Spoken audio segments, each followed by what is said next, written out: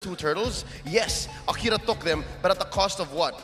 Bodies. And eventually, in the grander scheme of things, Dude. if you're not converting that shield and that extra benefit from getting the turtle into something more, then you're just getting passive objectives. It really doesn't result to much. You know what? They lost dudes at every turtle because it's a valley, dude. Valley, dude. Valley, dude. At one point, we have to think about, is it worth it or not? But now, something worth talking about is we got to look at the guy that made everything move, the guy that influenced the match, the MVP 0 and 9. Again, Super Shark makes it so that Rrq Akira can't even move around the map. Yeah, absolutely. Super Shark with a 73.3% kill participation, right? This guy is everywhere. And I mentioned about a counter engage. This is such a good pick in this scenario because it counter Joy to the extreme. For those who did not know, if you try to dash through Kufa's bouncing ball, the only way to do that is if you use the crystal. You land the crystal on top of the Kufa, that's how you dash. Other than that, there's no way. And if you miss one dash for Joy, your entire skill 2 got reset. You cannot use it anymore, you know? So it's actually one of the best counters for Joy. And that's not it. It's not even just the Joy, right? Yeah. It's one thing to try and counter the Joy, which is a big pick, but the fact that he was hiding in most bushes and Akira couldn't check, Akira couldn't tell. If they did, again, a lot of them get countered by the bouncing ball, those dashes from the Martis. It compromises the whole plan for Rrq Akira. And you see, this is first 5 minutes? No way. Yeah, looking at the first 5 minutes, looking at Super Shark's positioning, he is moving quite heavily around the riverside, but more importantly, he's controlling every single bush. He's making sure he understands where everyone is and then re-engages, because looking at around the EXP lane, he's really staying across his own map. But the fact that if you want to contest for a turtle, you're going to show your face, making it very easy for Super Shark to really engage into the fights. LaFell, I think you're absolutely on point right there. You look at the progression of the He-Man, you can see that he's always in the bush here and there, right? When he's in the river, in the top lane, he's always in the bush ready to engage. And let's take a look at the highlights for Super Shark right here on the Kufa. You will notice sometimes when he needs to engage first, he will, but a lot of times when he needs a second engage, especially in this scenario, he actually did not engage first. He was in the bush waiting until Barca showed up. Beautiful engages into the ult flicker that actually turn the whole fight around and make sure Barca dies. So that's exactly what Shark is gonna do, I think, going to game 2. And by the way, when you have a really good engage, going with carry is deadly, right? Yep. You mentioned with Luis jump to the bush, if you check the bush, bouncing ball, you're dead. And it's both ways that you're looking out for Shark, right? Whether it's through the re-engage, wherein they're the offensive, or when he's peeling for basic, which I think is a story of the later part of the game. And here now, during this siege, wherein, again, Wolf mentioned it, it's rare that a level 1 Lord will help you get an inhibitor. It just shows how ahead the Valley was of the curve in-game and of their strat. So I'm looking forward to Akira, game 2, recovering and finding a way to, again, go for a more, I'd say, focused draft and gameplay execution. Yeah, I kind of feel like both teams are really important. With that being said, we're going back to the table for the casters to talk about game number 2. Trying to get as close to the camera as you, LaFell, but I can't, unfortunately. But welcome back to the caster desk here. Mirko back again with Jays and Wolf. But again, before we get into the juicy topics, we gotta tell you guys back at home that the TikTok Live Carnival is now here. Cheer up for M4, watch M4 matches on TikTok, participate in Cheer Up for M4 activities, and right now you guys can watch M4 matches on TikTok using M4 exclusive customized gifts. To cheer for the teams, you guys can do it right now. There will be a chance to be on TV and win abundant gifts. Take a sneak peek at M4 events as well and be the first to receive information about all the rewards you can get. M4 Pass will be available on the 20th of December, so it's already up right now. Exclusive rewards like the Beatrix Light Chaser skin, the Beatrix Stellar Brilliant skin, and the M4 Beatrix figurine. Emote, Sacred Statue, Spawn Effect, Recall Effect, Avatar Border, and Trail Effect. They're all awaiting you right now. And guess what? You can also get the Olaus' special War Lion skin for free. Free. Everything here is free as long as you go and get it, work on it by completing the tasks. 24th of December as well, there's going to be an M4 support chest, which will also be available in the game. Open it right now to get loads of M4 Pass XP and stand a chance to receive a mysterious gift. on the day of the M4 finals. That's going to be happening on the 15th of December, or January, my bad. Expect to get an avatar border for free. In the M4 Battlenet event as well, you guys can unlock a skin chest by completing the tasks, and you can pick a skin of your choice. Skins right here, you can see. And for you guys, it's time for hashtag #MobileGamesBangBang, hashtag MLBBM4, and hashtag Dare to Be Great. There's so many free things being given out. I want to just get in the game right now and work on it, man. You did work on it earlier on. I wasn't able to join you guys, but I hope you had fun. You had work. we worked. Hey, on this is the our task. work. Yeah, this is our work. But I think what needs to work really well right now is that drop. I think Akira, there's some things that I think needs to tweak a little bit. I feel like the too Martis, complicated. Yeah, it feels like a little bit too complicated, right? The tank Martis needs to, hit a lot of checkboxes before he could pop off. Rather prefer him as a DPS or basically a damage Martis instead. Yeah, I saw this composition coming out from the Valley, and I think that this is like one of my favorite trio already. Rrq, Carry, and Eve. They're just so strong. Laning stage, you can just flex the Rrq. You can even put it in the roam role. When it comes to team fights, you see so much damage and peel coming out from the Eve. You protect your carry while also dealing the damage. And then, of course, the carry can just deal with anybody in the front. And I think that this is such a comfort pick for the Valley that Rrq Akira should not be given to them. On top of that, I really want to talk about the Claude, right? The Claude pick into a carry. He didn't pick the Claude first, then saw the carry. No, he picked the Claude into the carry. That was a bad matchup in the lane. You could see what happened, right? Even with so many resources being allocated into the gold lane for Rrq Akira, the Claude just didn't do what they wanted, they expected him to do. I remember there's a lot of times when Rrq Akira was trying to make plays around the gold lane, right? But it didn't really work out in their favor. But the Valley, on the other hand, I feel like Joy could potentially bully the Rrq into submission in the earlier parts of the game. But when you come to the later part of the game, what is Joy's role in the whole team fight? What's Joy's role in the whole team fights? That is where both the Joy as well as the Martis, when it comes to like what they want to do in the team fights, it's almost an overlap. Yeah. So they kind of end up not doing anything at all because you kind of do the same thing. So maybe if they went into macro out the Valley with the Joy, as if that's what Rrq is doing, right? Yesterday, Rrq Hoshi, that's what I meant. Then utilize the Martis to kind of force the Valley to make the mistakes, but that didn't happen. Rrq Akira's choice was to fight fire with fire, and they lose their flair. During that case, Joy gonna be banned out. They are now eyeing to take the carry or the Eve for themselves. Adaptations need to be made now or never. Match point, we all know that momentum has been absolutely insane, right? It's so important right now in the current meta. We've seen that in the lower brackets. Most teams have been winning in a sweep, clean sweep. So now the Valley still opting to go for red side. Yep. And for Rrq Akira, I definitely am looking forward to whether or not they'll pick the Eve or the carry, because the Kaja has been banned. Okay, I think this merits an Eve pick. All right, there you go. I mean, a carry. I mean, yeah, I think it's really good how the Valley is doing this, right? Eve Rrq. Yeah, Eve Rrq going in is a kind of like a no-brainer. It did really well in game number 1. Yeah. But I really like what the Valley did. Instead of banning away either the carry or the Eve, you limit those two power picks into one. Yeah. I banned something that is also kind of prior, which is the Kaja. I open up these two. I throw you this question, Rrq Akira, which one are you going to pick? We'll see what they go for now. Honestly, I am still leaning on towards that Rrq, right? It's a very good flex pick, but they can also just pick up Fredrin. A hero that we've seen Zane play. They can actually utilize it now to make it a flex pick, right? And let's see. I think it is going to be the... Oh, no, they don't go for that. They go for the Yuzong. No, yeah, because if they do pick up the Rrq, the Valentina now is a very strong pick for Rrq Akira. It still is, if they consider that. They have picked it before. Could be the answer.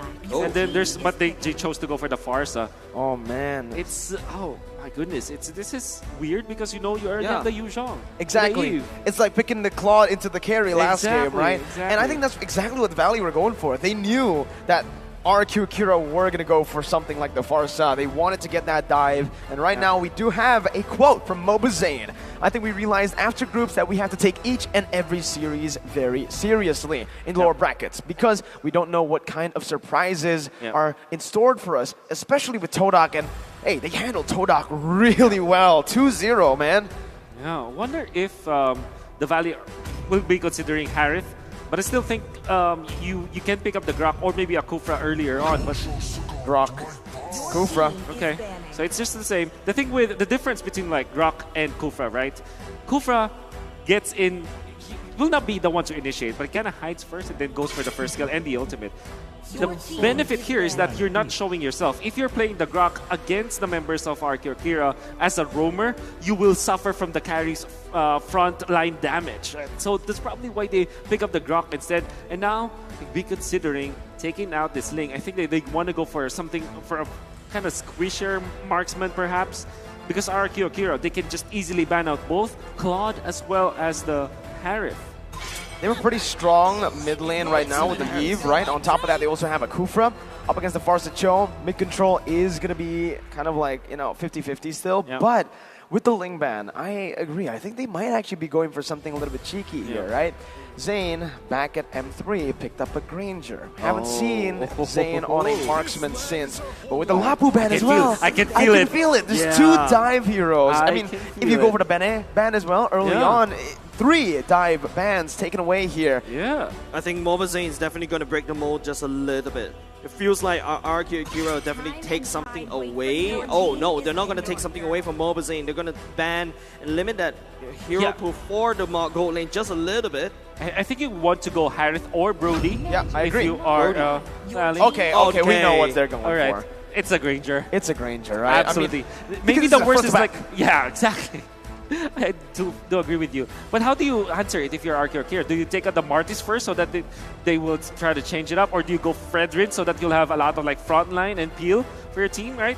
It just makes sense. And then against the Yu Zhong, you don't have the Lapu Lapu anymore. What else do you use to match up against the Yu Zhong? I feel like, guys, the Valley is just drafting like a monster right here. In game number 1, they throw in a lot of questions to Rrq Akira. Rrq Akira doesn't really have the answer. They need to refer to a lot of reference books. But the Valley this time around, there's this looming threat of a Granger, and Rrq Akira cannot do anything against it. Because they are first pick. They will conclude and there everything. You go. We called it. We got Ladies and gentlemen, Mobile Zane coming back on that Granger. Oh, man. We saw him coming from a mile away, dude. Guess who's back? It's Mobile Zane on the Granger, a signature pick for him. This was a pick that sent Blacklist International to the lower brackets at M3. And now they're doing it against Rrq Akira. As we load into the game. Oh, I'm so hyped for this. Man, this is so crazy. The way that the Valley could potentially use the Granger as well. A lot of CCs, a lot of things that could clump up everybody together. You have the Kufra, you got a Yi, and then it just lines it up for Granger so perfectly. You do have the early game in your bag as well, and it can snowball very quickly. Well, ladies and gentlemen, here you go. You can see the crowd. Let's go Valley. Hashtag Valley, dude. That's how you support Valley. And the crowd's here. You can only see as well the crowd for Rrq Akira. It's time to dive into the Land of Dawn for game number 2. Let's see, is it going to be match point for the Valley, or will Rrq Akira equalize? Rrq Akira, they have a ton of crowd control between like the Rrq, the Akai, as well as the Cho. However, can they get into the backlines? It's true that they have so much ways to close the gap. But because of the poke that can come out from the Granger as well as the Harith, and the fact that you go for Purify, then you get punished by the Eve. It's not that easy to get into the backlines of the Valley. But if they do, that is where their composition thrives at. Now, honestly, for Rrq Akira, right? I don't really like that Akai pick too. At that point, you knew that was going to be the Granger, right? Yeah. Picking up a jungler like this, there's no other real choices, right? The Ling was banned out. The Hayabusa gets countered by the Kufra here. It's going to be very tough to get in, especially considering the Valley wants to stick together for the most part. I can see why they didn't go for the Hayabusa, but the Akai here just seems, again, a bit forced. Really forcing it. And something else that I noticed about, I think what Rrq Akira needs to do is to play around that mid lane. You know who's not going to have a very wonderful clear. That's why Akira is already here at the bottom lane, and they're putting some pressure on basic. They need to make sure that this Harith doesn't scale against the counter, which is the carry.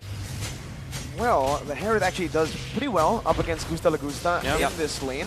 I think Rrq Akira are doing really well, though, because they are rotating towards that gold lane, stopping Basic from winning in the trades and giving the carry a bit more time to actually scale up. Because the later the game goes, that's when the Yu Zhong and even the Granger, well, I'm going to talk about the Granger more, outscale, not outscale, definitely not outscale, but outranges. There you go. That was the word I was looking for.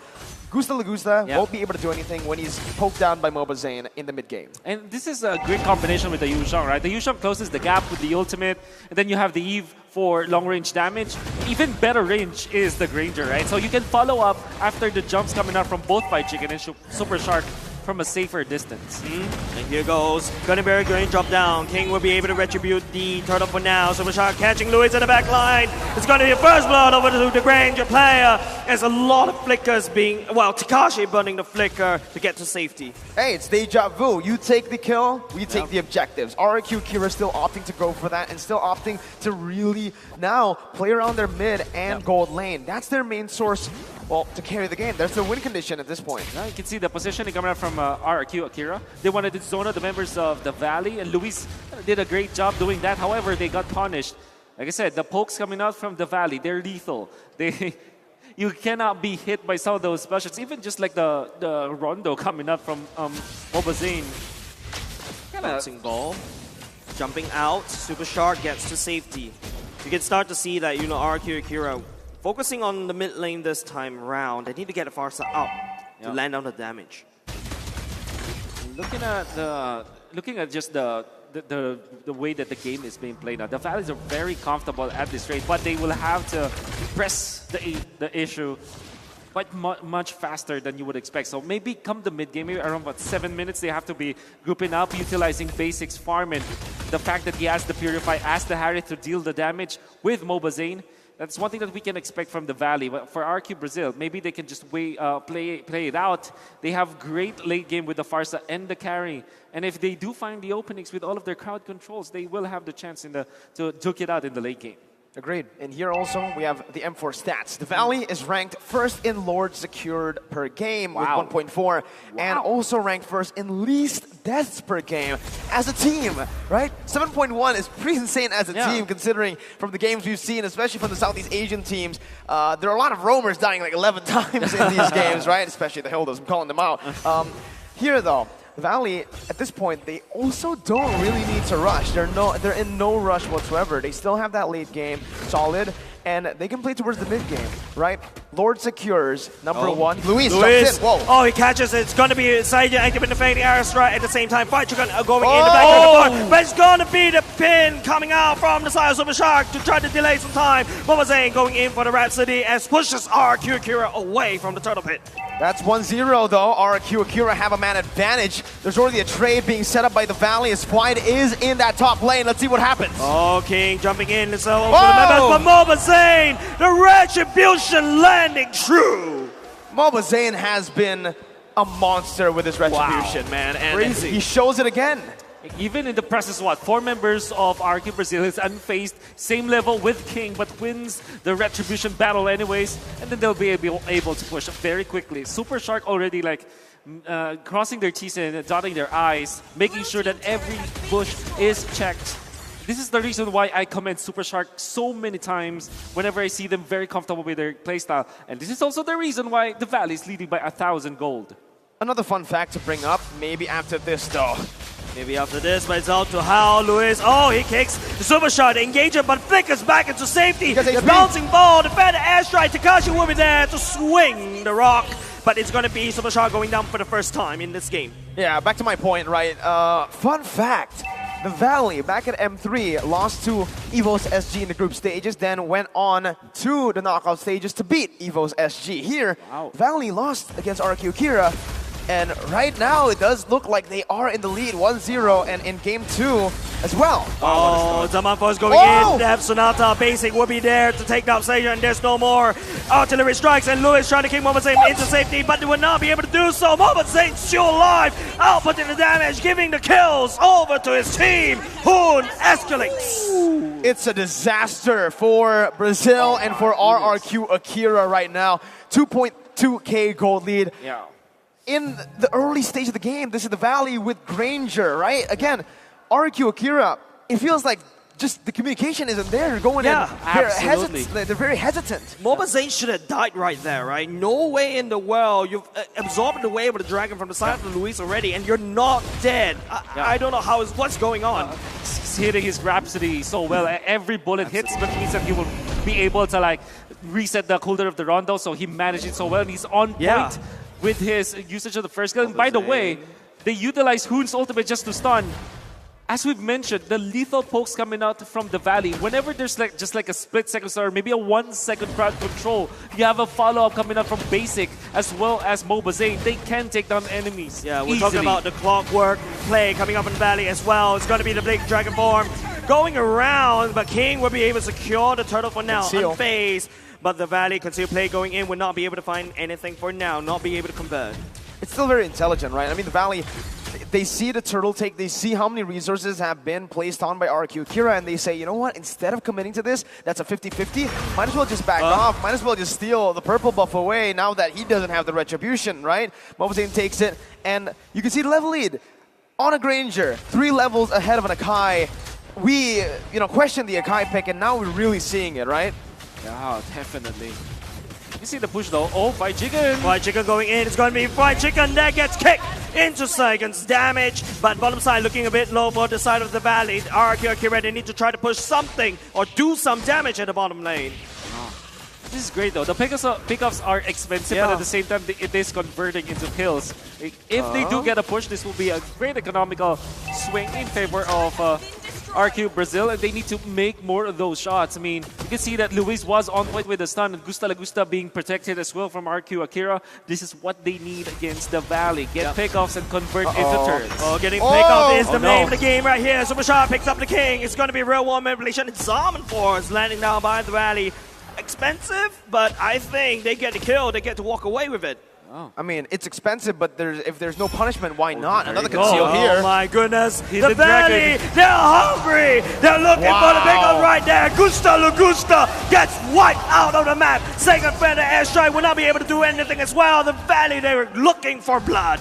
Rrq Akira just not used to the pace that the Valley are bringing. Oh my goodness. So they lost their Akai in the middle, right? And then Rrq Akira, they were trying to clear the way of top as quickly as they can, but they were found out by the Valley. Gusta Lagusta shows himself. A quick conceal play coming out from the Valley with the hidden dragon coming out from Fried Chicken. Afterwards, you have the Death Sonata. As we mentioned, anybody who gets stunned will be taken out easily just because of the range of Mobazane.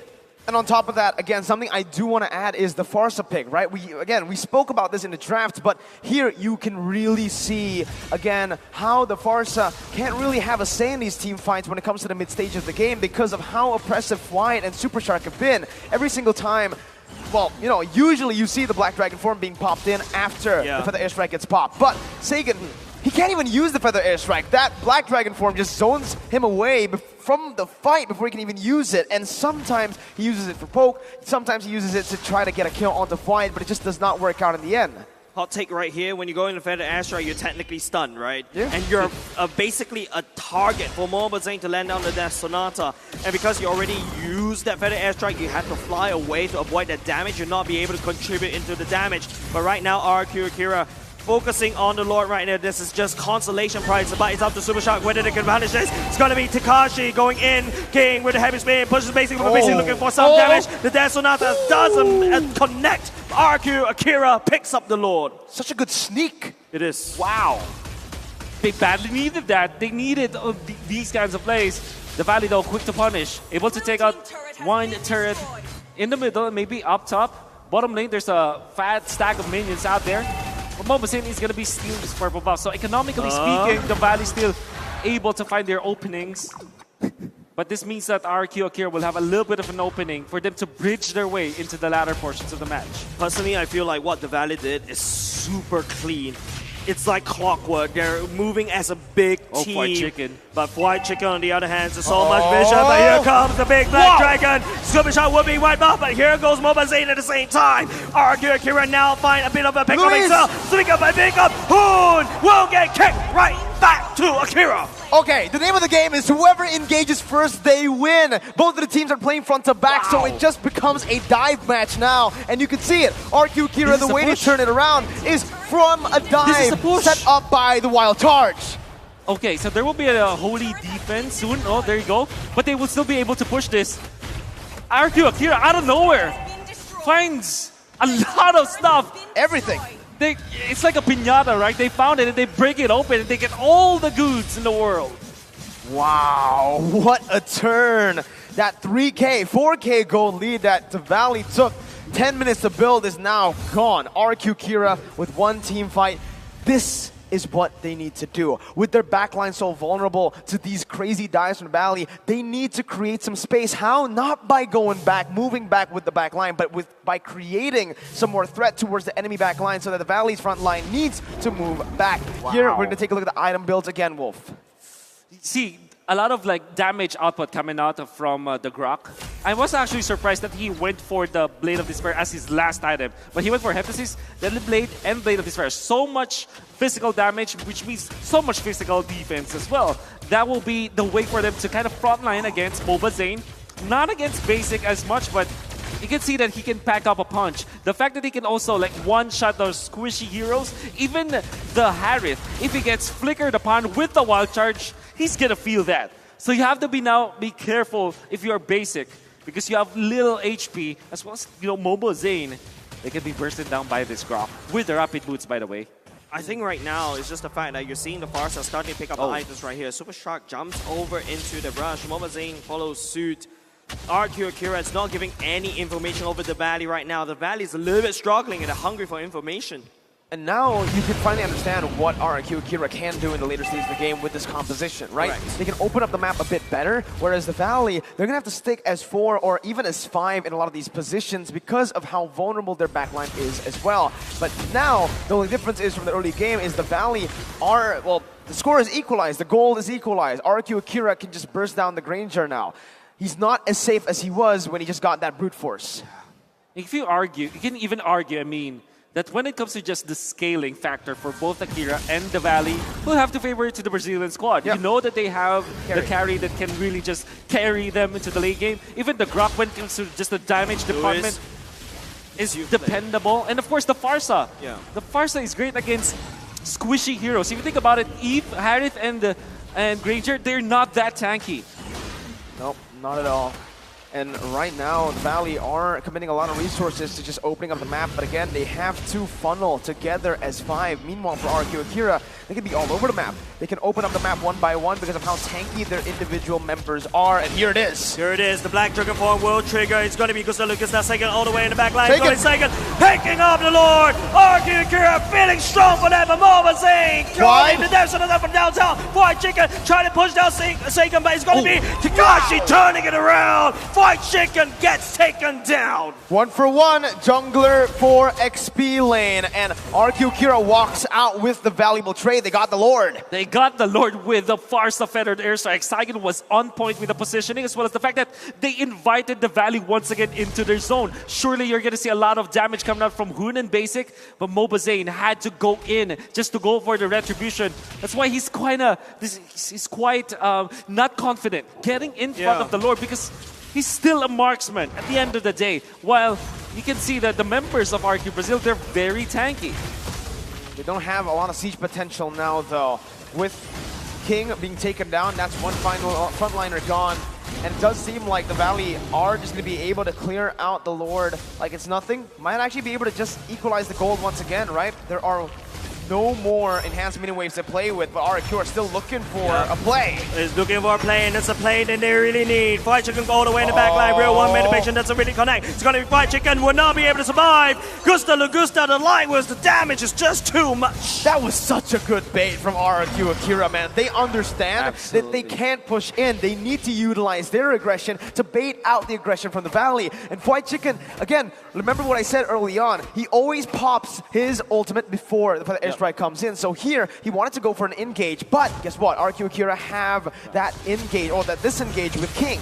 Yeah, I think right now the Valley is really strong as spy, but then again, Rrq Akira, they readapt. Oh, But Takashi, the flicker, ultimate at the back line. It is going to be Fight Chicken Basic already lost. It is going to be also the Fed Airstrike zoning the Valley. No answer to the bottom lane.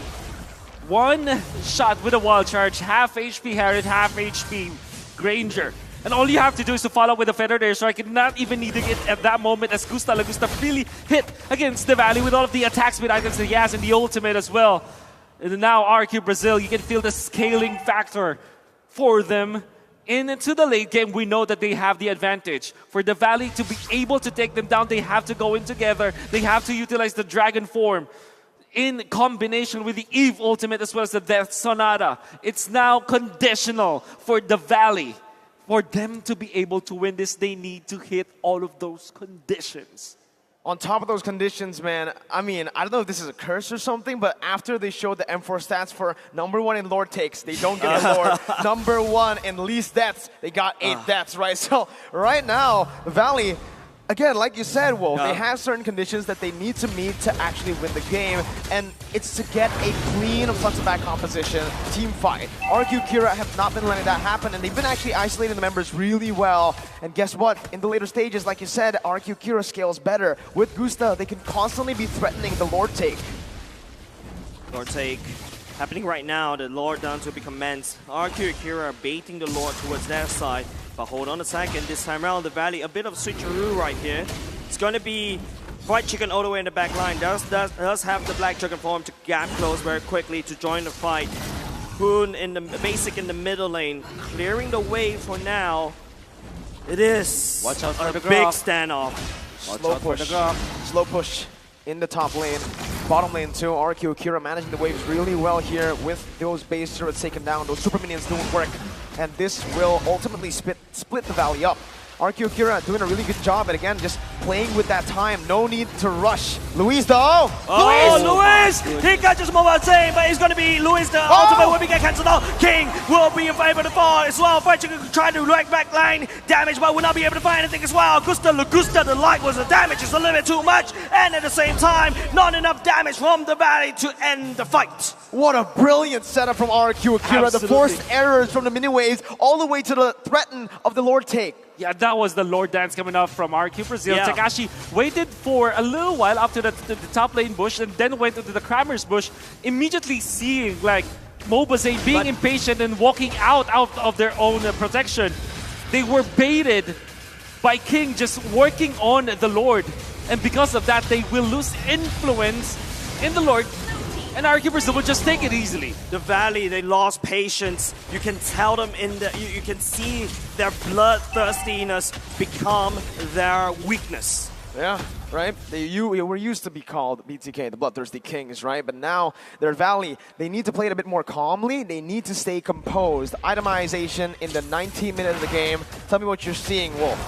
Oh, you kind of need to swap the items now for basic. I mean, he actually sold the boots already, going for the Divine Glaive, so there's already massive damage. Although he had to go for a concentrated energy as well as the Oracle just to kind of last for a little bit longer. But I think that they need more damage now. Shark going in, the Feather Airstrike will be activated as well. Rune, oh no, he gets deactivated. Oh, it's on the real world manipulation.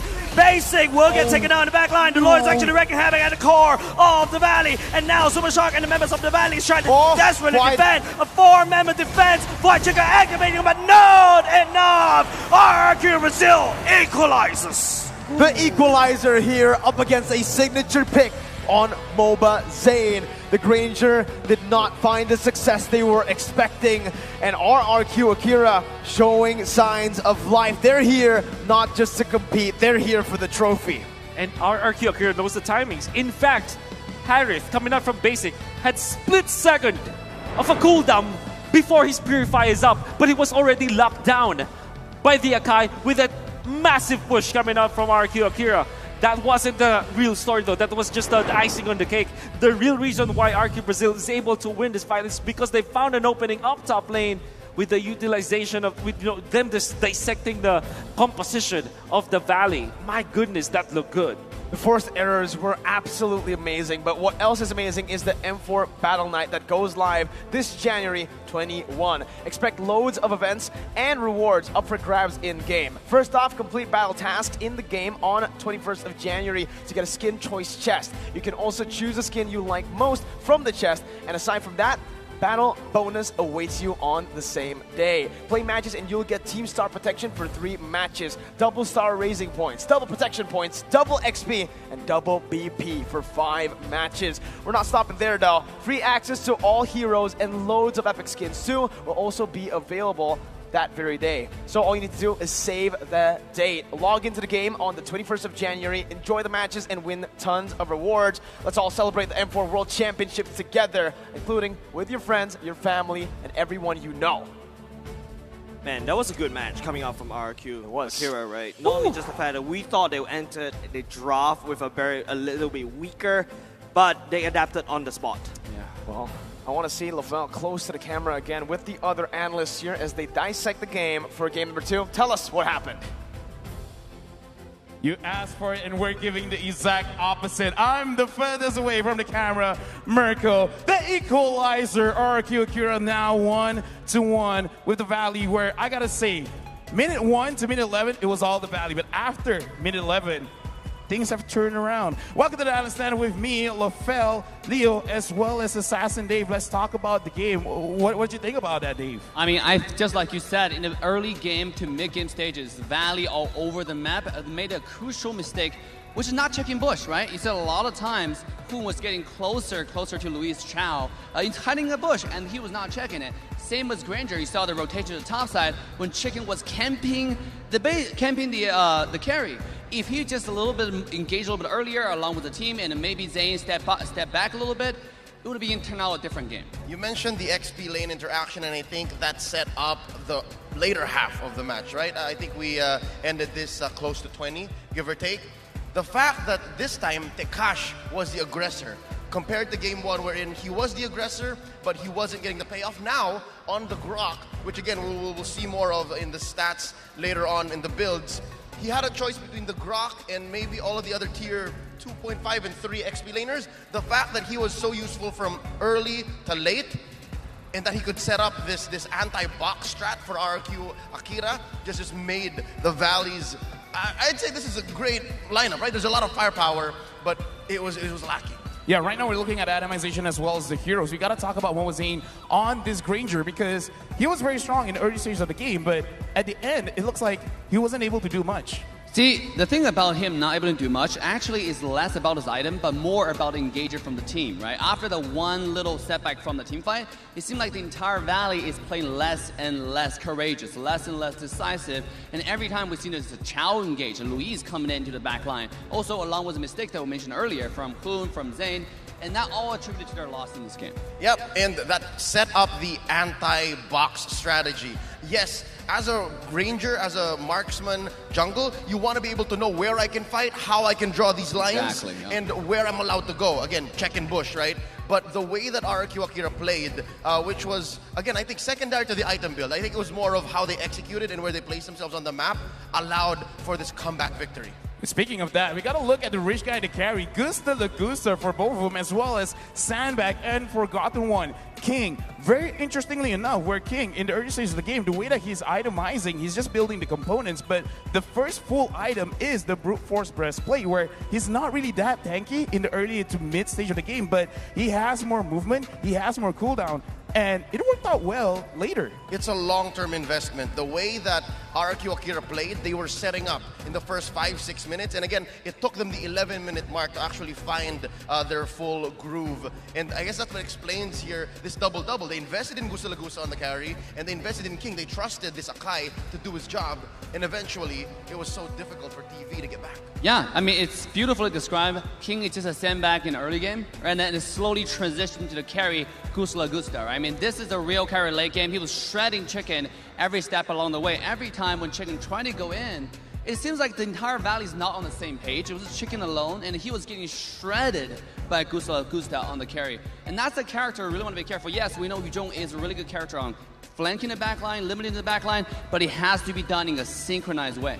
Yeah, we got to look at the MVP. And as an analyst, I have a lot to talk about the draft as well. But right now, we got to talk about, in this game, the guy that really made it happen is Takashi, 3-0-6. Because, yes, a lot of damage coming out from the carry. But Takashi, especially in the mid to late stage of the game, he really put the game on his back where the crazy engaged. I even remember the bottom inhibitor, he actually caught Mobazane. I kind of feel like that was the game ender. Yep, again, two kinds of MVP players or MVP awardees, setup and payoff. He was both. He helped set up the early game, at least did not lose his lane against Chicken, and then paid off in the later part of the game wherein he was just chunking down Basic and Granger. Basic and Zane, that is, almost half health every single time with a combo. Yeah, Harris seen very little payback in that game, right? He actually didn't do much at all because of Takashi on the Grok. Every time it's Grok finding the Harris, finding the backline, and then also you can see from the heat map right here, this guy has just been sitting in the lane most of the time. He actually didn't really go to the goal lane that much. Mainly defending the jungle, fighting the top side, trying to defend the top tower. The 5 to 10 minute map, he's still around the EXP lane because the tower, it took forever from the side of Valley to actually take it down. So this is the setup part. He was making sure that he did not lose the lane. He kept Fight Chicken in check. And then he started to move along. If this was the maybe 15 to 20 or 10 to 15, it would look very different. And with that, we got to look at the highlights because, yes, in the first 5 to 10 minutes, it's him making sure everyone don't lose much. Because, again, look at this. In the early stage of the game, the Valley did so good, and Rrq Akira, there's really not much that they can do to answer. So it really looks like, okay, so as analysts, we're talking about the draft, but because they have trained this, they understand when they can get strong, when they can engage, and it looks like the sweet spot is 11 minutes. Yep, that's Astro Thunder making plays, and here's that one moment when he wasn't there. So again, it's very clear that Akira needed him. The Valley was watching where the Grok will put the wall up, and if he has the ult, and here you're seeing the results are lethal. And a really good job from Takashi and the Grok over there. Instead of going to the backline on his own, like a lot of the explainer would do in the middle of like a really heated team fight, he decided to come back and save the carry when Chicken was on the carry. He knows the true win condition for their entire draft is play on Gusla Gusta on the carry. So that's exactly what he executed, and it was flawless. What a way to start the day where we're watching the Valley as well as Rrq Akira having a 1-1. So it looks like it is going to be a very, very close series where looking at both teams, they will show incredible drafts as well as gameplay. But for now, we're actually going to go over to Mara and Clara where they have a few words to talk about with the audience.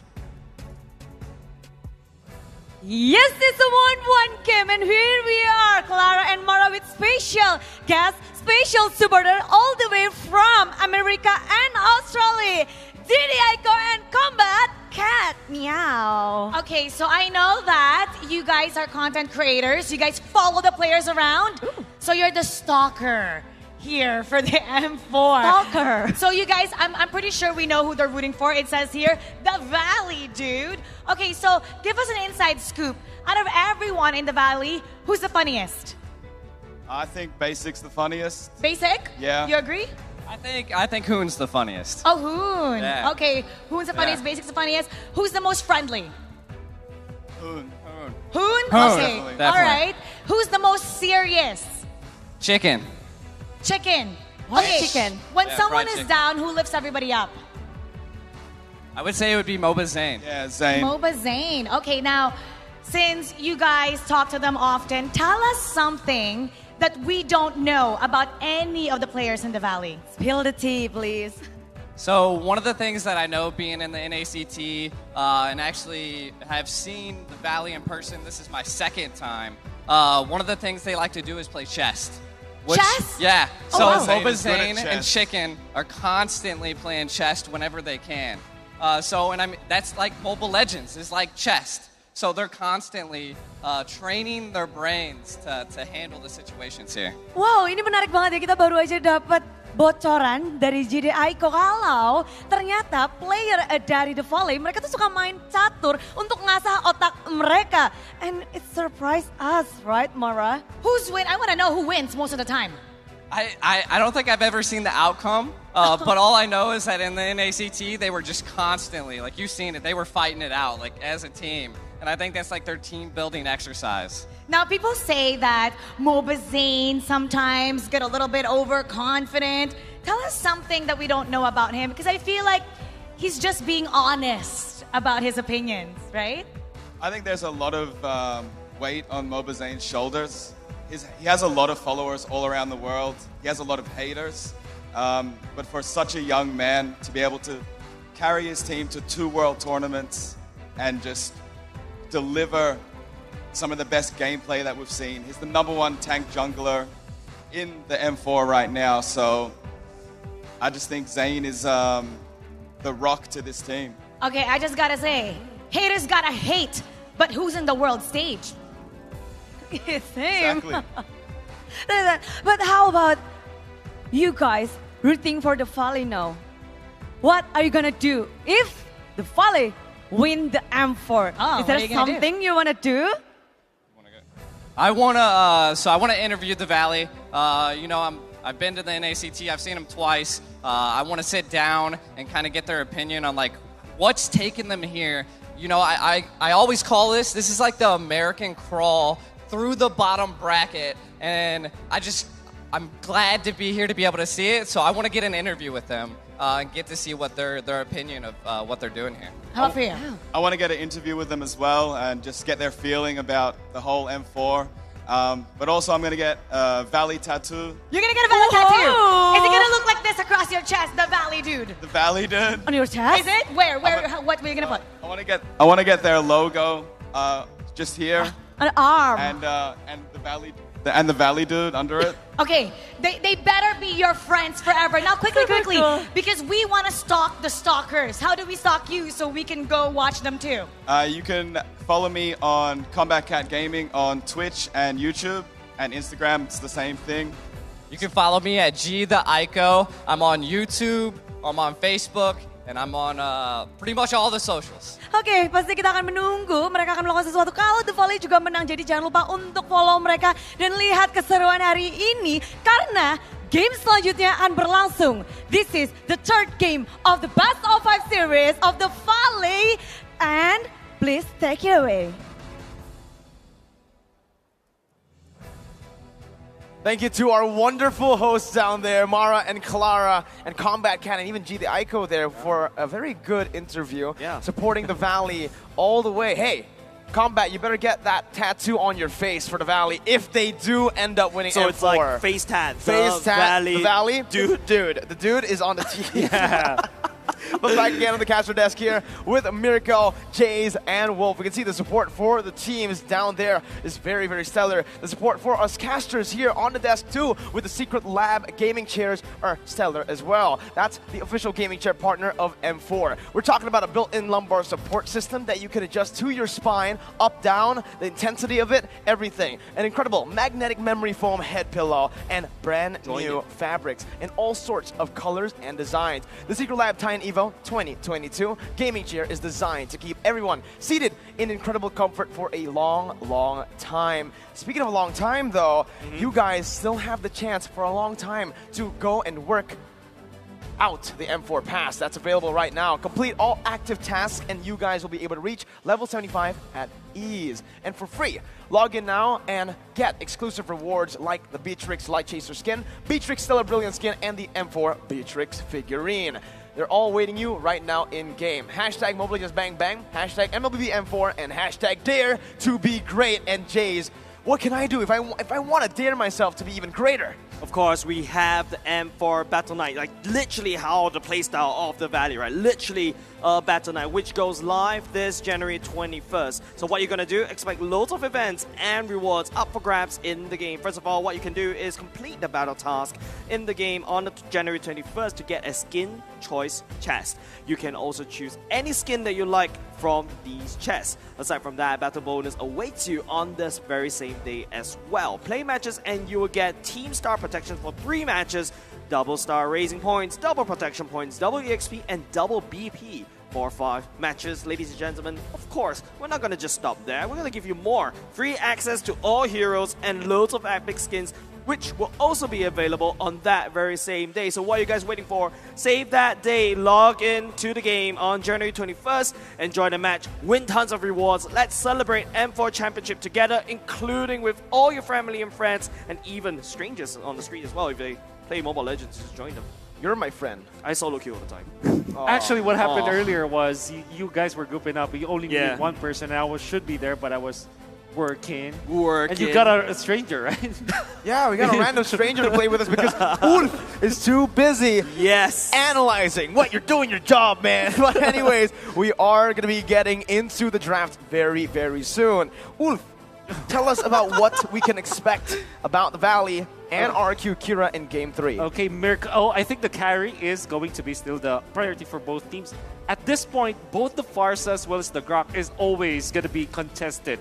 Surely you can go for the Eve as one of the stronger heroes out there, but I still feel that we can see the trend of the focus on the Rrq as the EXP lane because of its scaling as well as its early game potential. And the Farsa, this is the deal breaker. So far, it has been the highest, at least in this series, right? It is the 100% win rate hero, right? Yep. If I'm not mistaken. So Rrq lost to the Farsa. Oh, well, but true. you can see the Farsa impact being there, That's right, that's right. The Feather Airstrike going in, a very strong early game. You get to control the mid lane. You scale crazier into the later part of the game. Correct. You have this awkward position in the mid game where you're just waiting for the clock of destiny to tick. And when the clock finishes ticking, you do exponential amount of damage. Goodness, you can even act like a retribution with the retro battles. He did. He used it. Yeah. Exactly what happened in their long range one. So it's just there's a lot of ways to play this Farsa. You can even play it aggressively, like how we see like Haji and Rosa play it. So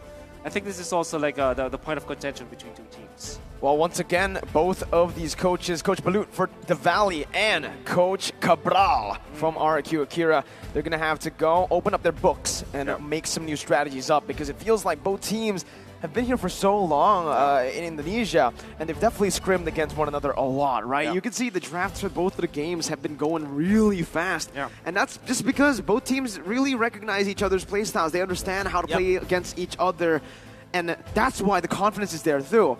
Rrq Akira picked the Farsa against the Yuzong. That's a counter matchup. Does not matter though for them because they were able to equalize. It's time to get into the drafts. Ladies and gentlemen, 5 seconds left. The countdown is here to get into game number 3. Match point for one of these teams as we jump into it. Biggest question I want to see right here, who will be going in first pick? Because Rrq Akira has always gone first pick. This time around, the Valley shaking it up just a little bit. I wonder if the Valley will just eye for a glue pick by banning out the Rrq in this specific slot. Knowing that the carry will be open as well, could be a consideration, as it is indeed going to be the carry. Rrq Akira, are you going to ban out the glue, or are you going to just give it up for the Valley to take? Well, if they do go for the glue ban here, it's just the standard draft that we've gotten used to seeing in the group stages, right? That was also the stage where Rrq Akira actually were able to take down the Valley. Correct. You know, I was thinking, right? Yes, you can go ahead with the glue ban. I feel like both of these two teams, Akira will definitely take the Farsa again. You definitely feel that the Valley will definitely take the Eve again. It's going to be the battle of the artillery majors once again. And of course, in this case, I feel like it strongly favors the second pick because you get to pick two of these. You draft the Farsa, and then you can draft the Yuzhong immediately to counteract against the enemy artillery mages. So the Eve is open, one of the stronger heroes to pick up. Maybe they're even considering taking out just the Rrq at this point, knowing that how strong it is. So far, whoever holds the Rrq wins the game. That's the one with 100% win rate, especially in the series. The Rrq is just so good, especially for these two teams that really like to go front to back, right? Because it really destroys that proper formation, the front to back formation. So they can prioritize it, but I honestly think, you know, when you have someone like Hoon in the mid lane, you want to prioritize that Eve pick.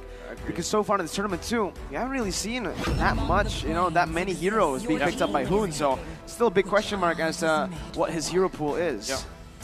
So now the Rrq is open. You can also opt to go for the Yuzhong if you're Rrq Akira. But then again, there's the choice of the Claude. Knowing that that both 1-1 as well as the carry has been banned out, kind of makes you think that maybe the Claude is a prime commodity for both teams. As well as the fact that it is okay dealing against the Eve because you can get to the backlines with your BMI. And so is the Rrq. So this might be the heroes of consideration for Rrq Akira. Hot take right here. Rrq Akira can go for the Rrq and also the Yuzhong together, but no, it's going to be a Lapu Lapu and a Rrq because the enemy has already selected a Eve. You won't be able to drop the Farsa in. So I feel like as long as you pick the Farsa at your third pick, that should be A-okay. Okay, so again, prime commodity for the Claude. Even when there's the presence of both Rrq as well as the Lapu Lapu, you want to pick it up because you don't want to give it to Rrq Akira. At the same time, this is like the stronger marksman that's left in the hero pool. Having both 1-1 as well as the carry banned out means that the stock or the value of the Claude just increases. So what do you answer now if you're facing up against the Lapu Lapu? You go Benedetta, or do you go for something like... Oh, okay, so they go Lolita instead, a Shark Special for the Valley. Well, at this point, I think Rrq Akira should just go for something like a Lilia, right? You're up against a lot of dive. You have a lot of sustain here. You already have 2 dive heroes. I think getting better mid-control is going to be very, very prio here for Rrq Akira, who wants to get the game rolling from the early stage. Lilia becomes just the best choice there when he comes to just wave clear. I agree. Maybe they reserve it, maybe just pick up the Farsa eventually. But yeah, surely Lilia is going to be good for Rrq Akira for them to pick up. We forgot about the Valentina already. 2 good ults. Yeah.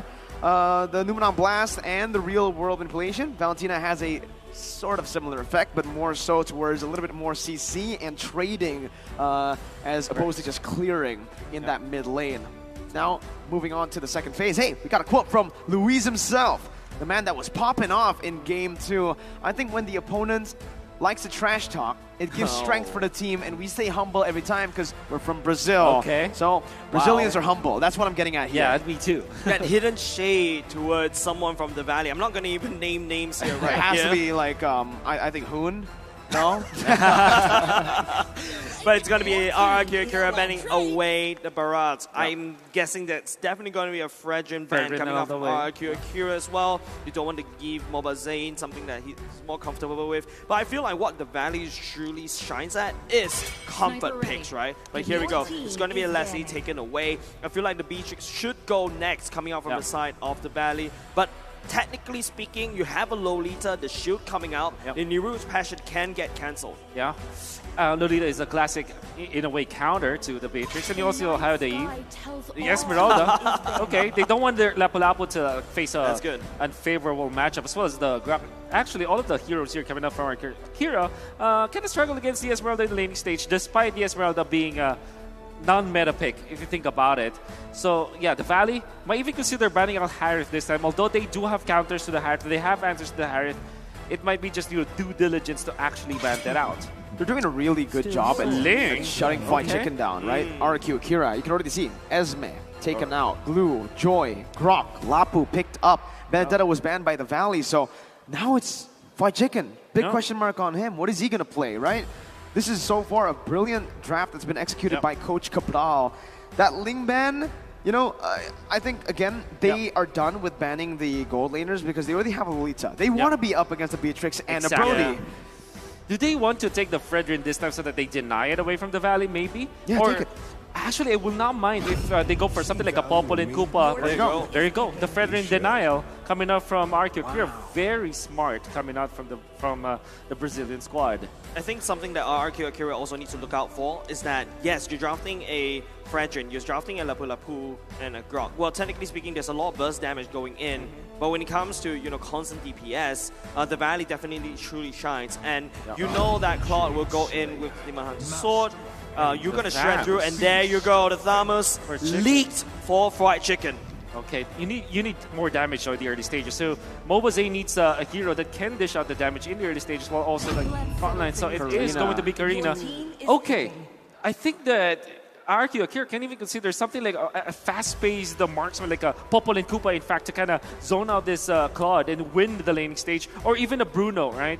So that might be their choice here. Well, but they go standard Beatrix. It's a safer pick, right? I mean, way more flexible compared to a Bruno that really needs to get that snowball going. Although it would be great to see Rrq Akira on Bruno, maybe with a Neymar skin. Oh, right? Yeah, that would be great. Represent. But here you have the drafts set already for both of the teams. The Valley here, I think in that second phase, they were really cornered in the draft, and that really hurt them. Tham is sure. Fried Chicken is really good at it. Exactly. He is comfortable on that hero, but up against the composition coming in from the side of Rrq Akira with so much CC and so many frontline members, it's going to be really hard for the Valley to melt that down.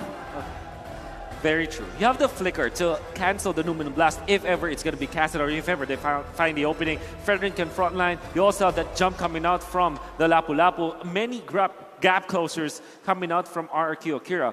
Now for the side of the Valley, they wouldn't have enough to protect their backlines. But what they can do, if ever the entirety of Rrq Akira goes for the dive, they can punish the backlines. Here we go. Minion control from the Rrq. The Rrq block to make sure that the first wave is going to be in the favor of Rrq Akira. Welcome to the land of Dawn. Battle for match point here. The Valley and Rrq Akira. The Valley and Rrq both opting to go for orange buff first. Fair matchup for now in terms of the rotations. I think it's still A-okay. Mobazane going for the Karina tank as usual. But I'm interested to find out more about the EXP matchup. Yeah. Honestly, for me, Thamus versus the Lapu. Takashi is going to have a bit of a harder time early on, but once he gets that Bravest Fighter, I think he should be doing okay. The Fried Chicken's something that could just like 1v3 everybody, right? So Rrq Brazil, if they really want to make sure that the Takashi has a winning lane, they need to commit way loads of resources at the bottom lane, especially where that's also where the first turtle was spawned. Yeah, that's the thing. Fried Chicken, surely if you go for if you snowball correctly, even with this vengeance, you can really like 1v3, 1v4 a composition of Rrq Akira. But then you're going to be asking the question, what is really the Valley's plan in here? Do they want to just pave the way for Basic to be farmed in the latter portions, or do they activate this Claude together with the power spike of both the Karina as well as the Thams, right? Because if you're looking at Rrq Brazil, it is really one-dimensional. If you think about it, it's pretty standard. It's a template. What they need to do is just to team fight with the Valentina and the Fredrin and pave the way for the damage output to come from the Beatrix. On top of that, use the dive to get onto Hoon and Basic, right? If they are able to do that, getting those damage dealers out of the way, the Valley have drafted themselves a 3 frontline composition. Once again, Rrq Akira technically doing the same thing here. Mobazane getting a very cheeky steal over to the gold buff. But in terms of the mid-control, it does seem like Rrq Akira will have more say there. Even rotate the Valentina down in the XP lane. Yep, it's going to be Fried Chicken. I think that's already ultimate activated as well. Second and Fried Chicken duking it out. At the same time, the turtle is already a little bit half HP. More than quarter, actually. King is already there. Safe, secure by the turtle. First turtle going in. It's going to be Luminum Blast. Denied by Lewis with the wild charge. Early on. This time, Rrq Akira take the objective, but there are no kills traded back for the Valley. Again, another choice from the Rrq Brazil squad. We call it the Brazilian rotation, where you go for the you port your mid laner to the XP lane so that he gets level 4, and also the roamer is left with a full minion wave in the middle before the turtle starts. What happens is you have 4 ultimates available, and you have a lot of zone out. You have a lot of dudes just frontlining a lot of dudes for Rrq Brazil. Oh, that's a lot of damage coming out because the Shark forced to use the flicker and the shield just to get out alive. That's a lot of damage already in the early game for the side of Gusta. Gusta is an absolute monster. Remember his stats, right? Number 1 in hero damage, turret damage per minute. I mean, and per game. So right now on the Beatrix, he is very comfortable. This is the hero that likes to clear waves and siege. Usually you see a lot of the Brody as well, but now on the Beatrix with a lot of resources being placed in the gold lane, you can already see, oh, that's a cut. Look at the gold lane. Ooh, close. Almost. Very close. But Rrq Akira, this is the draw that favors the Beatrix, right? You do have 3 frontliners in the mid, and standing in front of the Beatrix, basically allowing Gusta to free hit. Sengon, on the other hand, could take Super Shark's Luminum Blast as well to set it up for Rrq Akira. So many things that Rrq Akira could do. All of a sudden, you have a ton of crowd control coming out from Rrq Brazil. You also have a lot of dive. Then again, for the Valley, all they have to do now is make sure that this Claude from Basic will have a better time than his Harith in the latter portions of the game. Well, we do know that the natural scaling of the Claude is much better, and because of the fact that there's a lot of like tanks in the side of Rrq Brazil, this Demon Hunter sword pickup coming up from Basic's Claude is going to be valuable in the latter portions of the game. Very. I think valuable is like an understatement, right, Mirko? Yeah. Yeah. Early on again, right? You can see this is what the Grok brings to the table. Let's see. Rapper's Warrior going in. Mobazane takes away the turtle. It is going to be lost changing. It is going to be Rrq Akira stuck in a very hard place. But they managed to turn it around. Not enough damage from the side of Hoon to clear it. It's the opposite that's happening here. Rrq Akira, they're trading kills for the turtle. They're saying, the Valley, if you want it, if you want to use that many resources, if you want to lose all your HP, just getting close to the turtle to steal it, go ahead. We'll take the kills and we'll take the turret gold. And maybe they might even actually be able to take that turret. Not just yet though. 5-minute item check, Wolf. Yeah, okay, so we can see the Claw of Destiny already up and available for the Valentina. We rarely see very quick pickup on the Claw of Destiny for Valentina, but because of how he was able to get a double kill, level advantage as well as gold advantage over the Eve, which means that if ever he is able to steal that Eve ultimate, that's gonna pack up a punch. Oh, look at this. The Valley ties with Onyx Esports at #1 in the highest KDA with 6.9. So, again, very impressive for a team in the lower brackets with a lot more pressure on them, right? Super nice. Pretty interesting, though. But over the course of these two games, I think that is going to rise up, or I mean, KD is going to go fall down. Superstar caught. Oh, Superstar get caught out. So many CC. Rrq Brazil giving a CC festival. It's complete 180, dude. Rrq Akira are doing what the Valley did to Rrq Akira in the first two games. They're the ones finding the proactivity on the map. And again, King and Mobazane, every time they're on tanks, they just like to beat each other up. Basic though. Ooh. A lot of Nibiru's passion going in. Hoon going, trying to clean it up. The sniper ran a shot. Will be able to just melt down Hoon's shields for now. The fact that they cleared up top lane, the defense coming out from the Valley, even when it's very expensive with the ultimate usages, I think it's worth for the American squad because now they will have more time for Basic to farm and they keep their turret up top. More ways to control the map or at least equalize the control of the map between them and their opponents. The American squad. Which American squad? That's true. Salvas of the north, but Luis coming in with the wall charge as well. Mobazane trying to make some damage towards Luis. It is going to be Basic and Hoon focusing on the Lord turret instead. Luis and Masas will not be able to land. Luis will need to run for the hills, but nowhere to run at all. Basic, the ultimates from the Valley, kills two. Oof. And it's also a turret take, right? They are absolutely amazing at translating. King. Wow. That's a lot of damage coming off Fried Chicken. This is why you ban the damage from Fried Chicken. Whoa. Superstar still going as well. Zoning Gusta with other members to come into Siege. This aggression coming out from the Valley is just unprecedented. All of a sudden you thought, the Valley's a hamster and suddenly they became, I don't know, a monster? Yeah. Fried Chicken just played that so well. He timed the usage of the Vengeance knowing that at a certain point for King as the Fredrin to be able to sustain, you need to hit your opponents, right? So it's the complete counter now for Fried Chicken, knowing that he probably has like Corrosion Scythe now so that he can be able to pin down this Fredrin. Being in front of the Fredrin all the time, he managed to take him down. And up top, you saw Super Shark utilizing the Numinum Blast for zoning out the members of Rrq Brazil. Yes, wasn't able to hit it, but he made a big zone out, box out, against the side of Rrq Akira. Yeah, if you don't land the ultimate, it's just called a zoning ultimate, right? But that is a very good zone coming out from Super Shark. There you go, Corrosion Scythe for the Thamps together with the Dominant Size means that Fredrin is no longer a problem for the Valley. He also built Radiant Armor first, right? So up against a lot of the physical damage that's coming in from the Valley, he's going to be relatively squishy, actually. Basic can melt him down like it's nothing, and King will really need to finish up on those physical defense items before he can really act as the frontliner. And currently, it's a bit confusing, right? Because Rrq Akira, with their composition, it feels like they have a lot of frontliners, but most of their frontliners are easily melted down by the Valley members. Takashi still backs up a punch, does have the Bloodlust Axe, and now Dalmais they can now team fight. Yep, the slow going in, the taunt happened by the King as well, and he really passionate just to go away. Mobile Zane just landing a lot of damage against Luis Vanyu, but the Valley, the sieging up mid lane, they want to crack open the mid. I think that's a big commodity as compared to the Lord. Uh-oh, we'll see it here. Mobazane actually is being pinned down, but Basic is there to help him get out of that situation.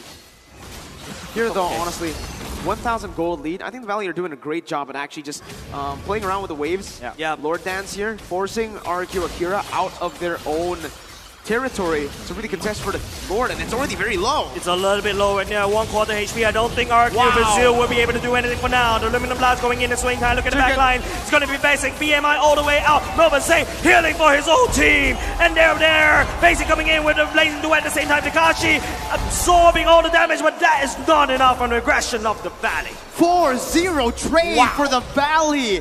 Gusta Lagusta there with a flicker towards the real world inflation instead of away from it. I don't know if that was a mistap perhaps, but that's not what you want to see now from Rrq Akira. The Valley with White Chicken absolutely melting down the frontliners from Rrq Akira. They're doing everything they can to really just shut down Rrq. Yeah. Psycho going in again, real world manipulation. Sagan, there's nowhere for you to run. Super Shark, the Roma will take you down. Oh, Hood is so deadly with the Eve. You can see the timing that he's using his ultimate during the teamfight that happened where they found 4-0.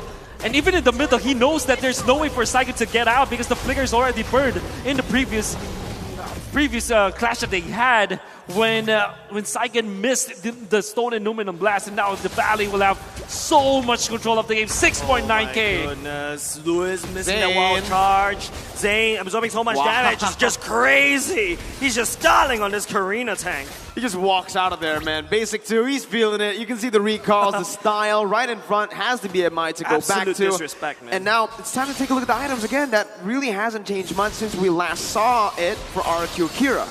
The choice coming out from the King to prioritize the Radiant Armor. You'll understand why he went for it. He knows that he's going to be battling against both the Eve as well as the Karina, but he didn't respect the fact that the Thams can run him down essentially with the Corrosion Scythe and the Dominance Ice. Together with the Claw, this Blade Armor will not be able to cut it.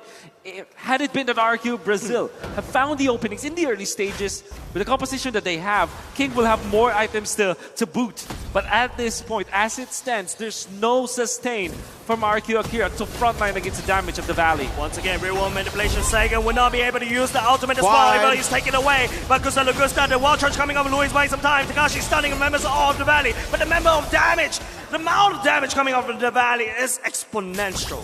Oh, it's too much to handle. They're not even getting the frontliners low here. If White Chicken was just, what, oh my god, he didn't even lose a lot of HP there. He was chunked by a bit from the Bennett's Rage, and that's when you know you have a problem. Zane can walk up to anyone and say, hey, I'll take your orange buff. That's a red V though from King to secure it.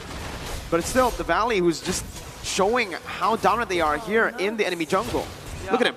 I was expecting more heal, more damage, but the amount of disrespect coming up from the Valley though, wow. Confidence. He just manned up against 1.6k damage from the render shots from Gusta Lagusta and then just regen it up in just a few seconds. The amount of sustain from the Valley overwhelms Rrq Akira for now. And I'm pretty sure that this Lord Dance is going to be instrumental for both teams. The Rrq Akira needs to take this away, but the Valley's not letting them. The Valley's definitely not letting them. Fried Chicken already at the back line. Look at the render shot, would not be able to connect. That's one big mega damage, but look at Fried Chicken. He's tanky and he's hungry. And Mobile Zane coming in with a kill. Luis will be the first one to go down. Who will pick that up? Sagan nowhere to run as well. Why are you doing with... Oh, that's a good ultimate coming out of Sagan. But Fried Chicken, oh no, there's nowhere to run. Takashi as well. The Valley kidnaps Rrq Akira, and that is a wipeout! Wipe out in the 13th minute of the game. 9.2k gold lead. Absolute disrespect coming out from the Valley. The antagonist rampaging all across the lower brackets, and they will gain that lead. Match point for NA for the Valley. And here it is. This is where Rrq Akira needs to make a lot of adjustments. There were a lot of mistakes that were very visible, evident in game number 3. And guess what? If they don't take it properly, it might impact that mentality coming into the final game. That can be the final game because the Valley are looking very solid. Yeah. You can see the mystery coming out from Rrq Akira during the fight in the middle where they went in the zone where the Valley just really flourishes. Top lane, you saw them taking out a turret, 2 turrets in exchange for like, what, 4 members? And then White Chicken simultaneously outplays his jungler, his matchup in the jungle in the mid lane. Then eventually they found an opening in the last stage where they have a big economic lead, right? And they played the Lord Dead so well. It was very clean. You saw them just zone out the King when he's just trying to go for the steal. No chance at all for Rrq Akira to steal that Lord from them. Then eventually they were able to push after the wipeout. That's what you have, right? When you're so far ahead, you can just play around those waves and you can play around the Lord so well. If Rrq Akira went for the Lord, they can just force a fight. If they don't, they're going to lose out on minions, XP, and gold. So it was a lose-lose in the end for Rrq Akira, but the analysts will dissect what Rrq Akira could have done better in the drafts and early on. Ayam goreng terlampau pedas. White chicken is too spicy. Game number 3 between the Valley and Rrq Akira is same, but different, but kind of the same. Where this time Rrq Akira gets an early lead, but at 7 minutes, all of a sudden, the Valley came back. Welcome to the Understand with me, LaFell, Leo, as well as Assassin Dave. At 7 minutes, what really happened? I'll have to double down on the fact that Ayam, White Chicken, just finds those angles and just destroys Rrq Akira's plans or intentions all the way. And bang it, the way that Ayam just finds him. And it doesn't even matter who. Like, I've seen him try to take down Luis. I've seen him try to take down Tekash. And even Saigon, 1v1. Yeah, this is, I just gotta say, tonight I'm having spicy nasi ayam, okay? That was too good.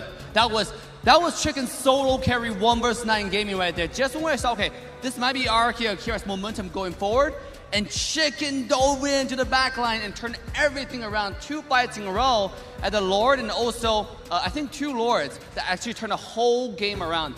Oh my God, what a play by Chicken. There's a reason why his Tamos was banned earlier in the series. Perhaps has to be considered as a ban coming up. We're going to look at itemization as well as the hero picks because, again, Rrq Akira, they did very well in the early stages of the game, but then all of a sudden, things turn up. And honestly, at the same part of the map where it's at the top side where, for some reason, the Valley managed to get Rrq Akira with the pants down. It seems like the XP lane really is the X factor, and it sets the pace for the rest of the game. Despite having a good early start, Rrq Akira kind of stumbled in the mid-game because of the fact that they let Fight Chicken do Fight Chicken things. I want to talk about how in the draft, Rrq Akira locked in both the Lapu-Lapu and the Grok, and that sent a very clear message, and I think that's what made the Tams all the more a sensible pick.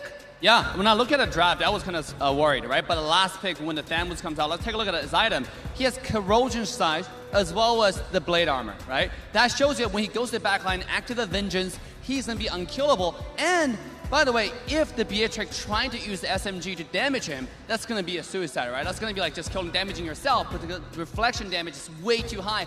All at the same time, when Thamus activates the ultimate with the build Chicken has, he's going to deal insane on the damage to the backline carries. You saw how fast Rrq got melted. You saw how fast King got melted in the mid lane in the one-on-one. And you're talking about King. Throughout the whole game, Wolf had his eyes on him, and I can't believe his only defense item was the Blade Armor. He definitely needed more.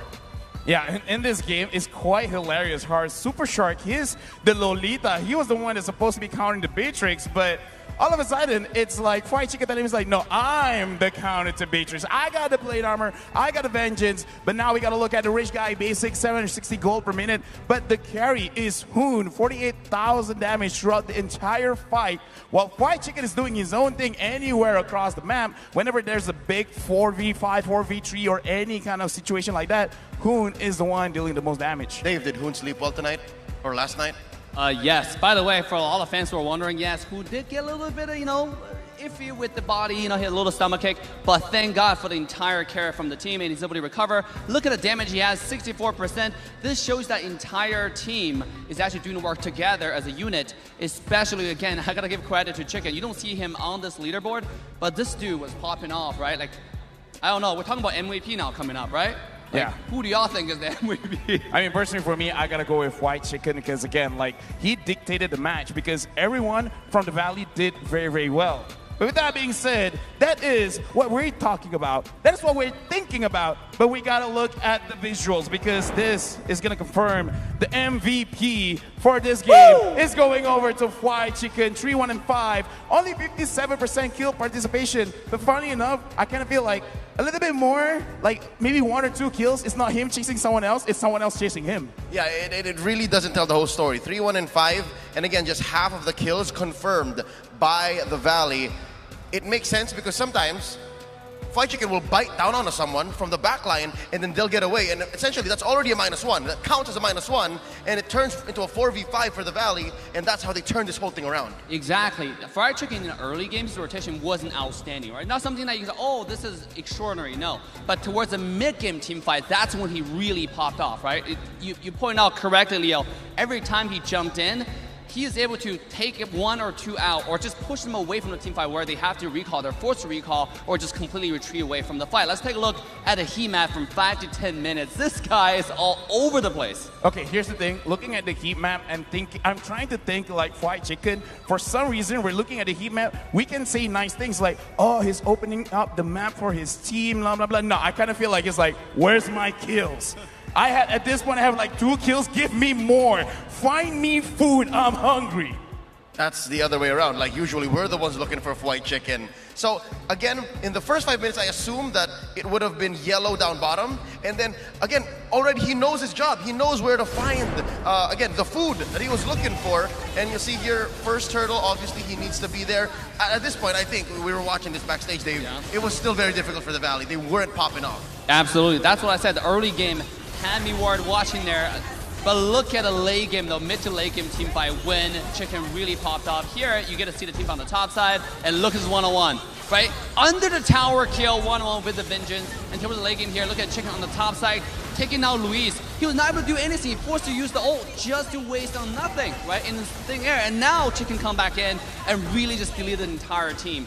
What a play from Chicken. I gotta say, something about that top lane really invites a lot of chaos, really invites a big turnaround. So looking at the game, I really feel like the geography of the map is also something that has to be considered. And looking at both teams in the mid stage of the game, they can't really like lose focus because somehow 7 between to 11 minutes, they kind of like forget the fundamentals. Like, okay, we got to know where they are because if not, they're going to engage on us. I think that focus is what Rrq Akira needs going into game 4, right? This is match point. The Valley might send him home, win the American Civil War here, North versus South. So if there's one thing I have to share to Rrq Akira, it's to set up and payback. Rather, set up and payoff. Get some good payoff. Game 3 draft did not have much payoff. Set up, payoff, casters, take it away. We'll take your setup and we'll pay it off here on the caster desk. Miracle, Jays, and Ulf on the caster desk here to accompany you through maybe, possibly, the final game of the series. I don't know, man. I just feel like it's just good performance from both these two teams, right? Yeah. And I don't know what I feel about this series thus far. It feels like both these teams, they made it super easy for each other to execute the draw because they know exactly what they want to go for and they execute that to the T. So far, when it comes to just like the early game control, we saw that in both occasions, it was actually 3 occasions, was the Valley who's controlling the early stages of the game. Even in the last game, there was a little bit of control from Rrq Akira, but we know it was bona fide. The Valley knows how to execute in the first few turtle fights and then eventually just snowball. Maybe just in the second game, they had a little bit of a blunder, they overheated. But in the grand scheme of things, it is known. The Valley knows how to play the early stages, and that's one thing that Akira needs to deny them away. Rrq Akira way too passive early on. We could see that again, even last game. There were a few blunders made by Rrq Akira where they were able to get the better skirmishes, but they did not secure the objectives. If they can mix both of those styles together that they had in game 1, 2, and 3, I think they're going to be strong contenders here. They're going to be able to equalize the score, right? Currently 2-1, match point for the Valley. But what I want to talk about is that Damage pick being so massive in the end, because we actually said that, you know, the Valley were cornered in the draft because of the bans targeted towards Zayn and Fried, but hey, they took it and they're like, hey, off meta? Nah, this is the new meta. No, this is my meta. Don't forget, Fried Chicken was the one that showed the world stage how you should play that Joy. Don't forget, it was also Rrq Akira which played the Joy in the EXP lane too. I guess this is because of the fact that the Valley knows how to play the Fredrin. They know it to a T, right? And now they bring out Your T. Yeah, they bring out the counter to the Fredrin. It's not like a direct counter whatsoever, but there's a specific timing where it is now very difficult for a Fredrin to team fight against this composition. Fried Chicken played it well. Corrosion Sight into the dominant size. Two of the items that will be a problem for Fredrin, and the fact that he chose for Vengeance, which is a great answer, because if you are the Fredrin, the way for you to sustain is to hit people, because that's the basically you have to hit your shots, right, in order for the stack to come out. Basically, right? Because Basic was on the team. That's right. And Basic tore through the frontliners, man. Takashi, King, Louise. Who was the frontliner? That's my question right now, because every single member was so squishy towards the physical defense of the Valley, the physical damage of the Valley. Why? Because early on, we mentioned this in the game too, Rrq Akira, the way they were itemizing, was mainly to get magic defense. And again, sure, that should work for the XP laner, not for the gold laner, not for everybody who plays around the gold lane too, though. Louise as well. I feel like right there in game number 3, Rrq Akira, I think they just lack the damage. I feel like there's a lot of big bursty damage, but Thamus is the one that could absorb all these big bursty damage, right?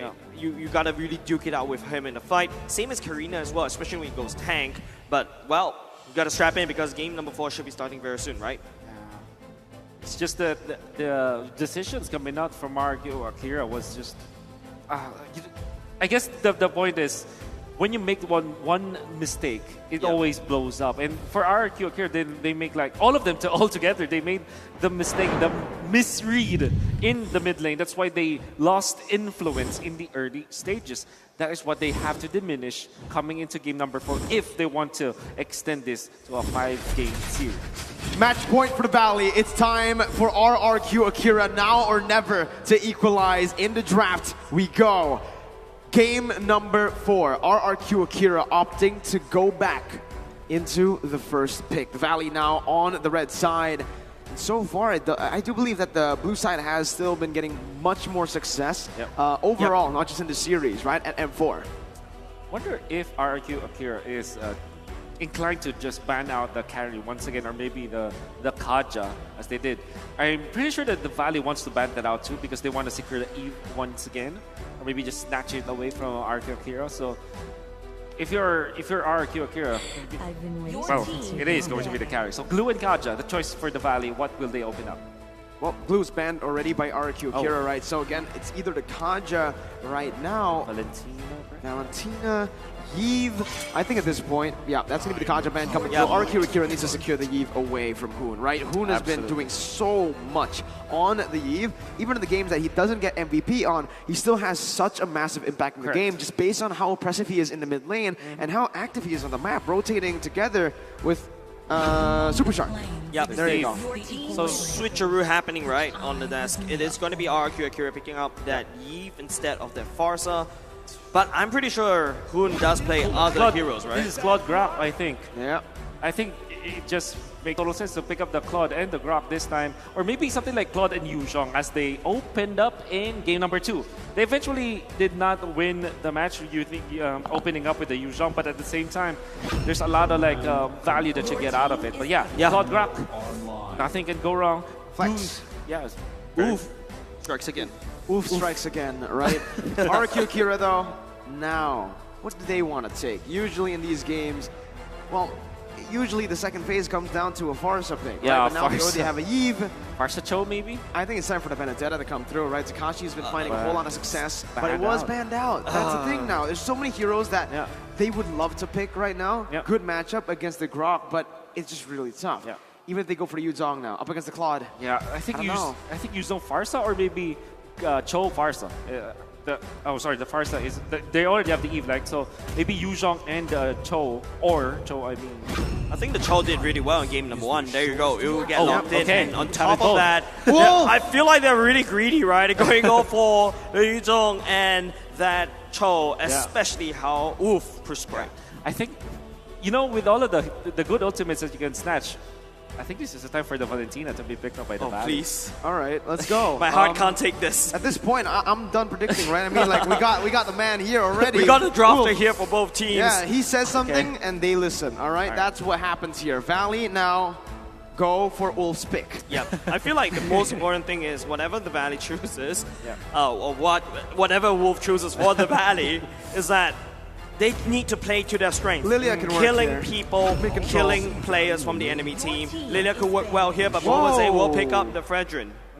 Okay, so yeah, the Fredrin should just be the jungler here, so they are utilizing the Grok to flex around the XP and the roam position. Leslie ban still, very good ban against the Claude now. And honestly, right now, for Rrq Akira, it's time to really try to go for a bully and lane up against the Claude. Last game, they went for a Beatrix, and the current Beatrix doesn't lane well against the Claude. The Claude is actually going to be able to do a bit more. Now with the Lolita ban, you can really see what they want to do, right? It's the Brody. Come on. It's the Brody. It's all about the early game burst. You go with the Cho and the Yu Zhong, and then you just output the damage.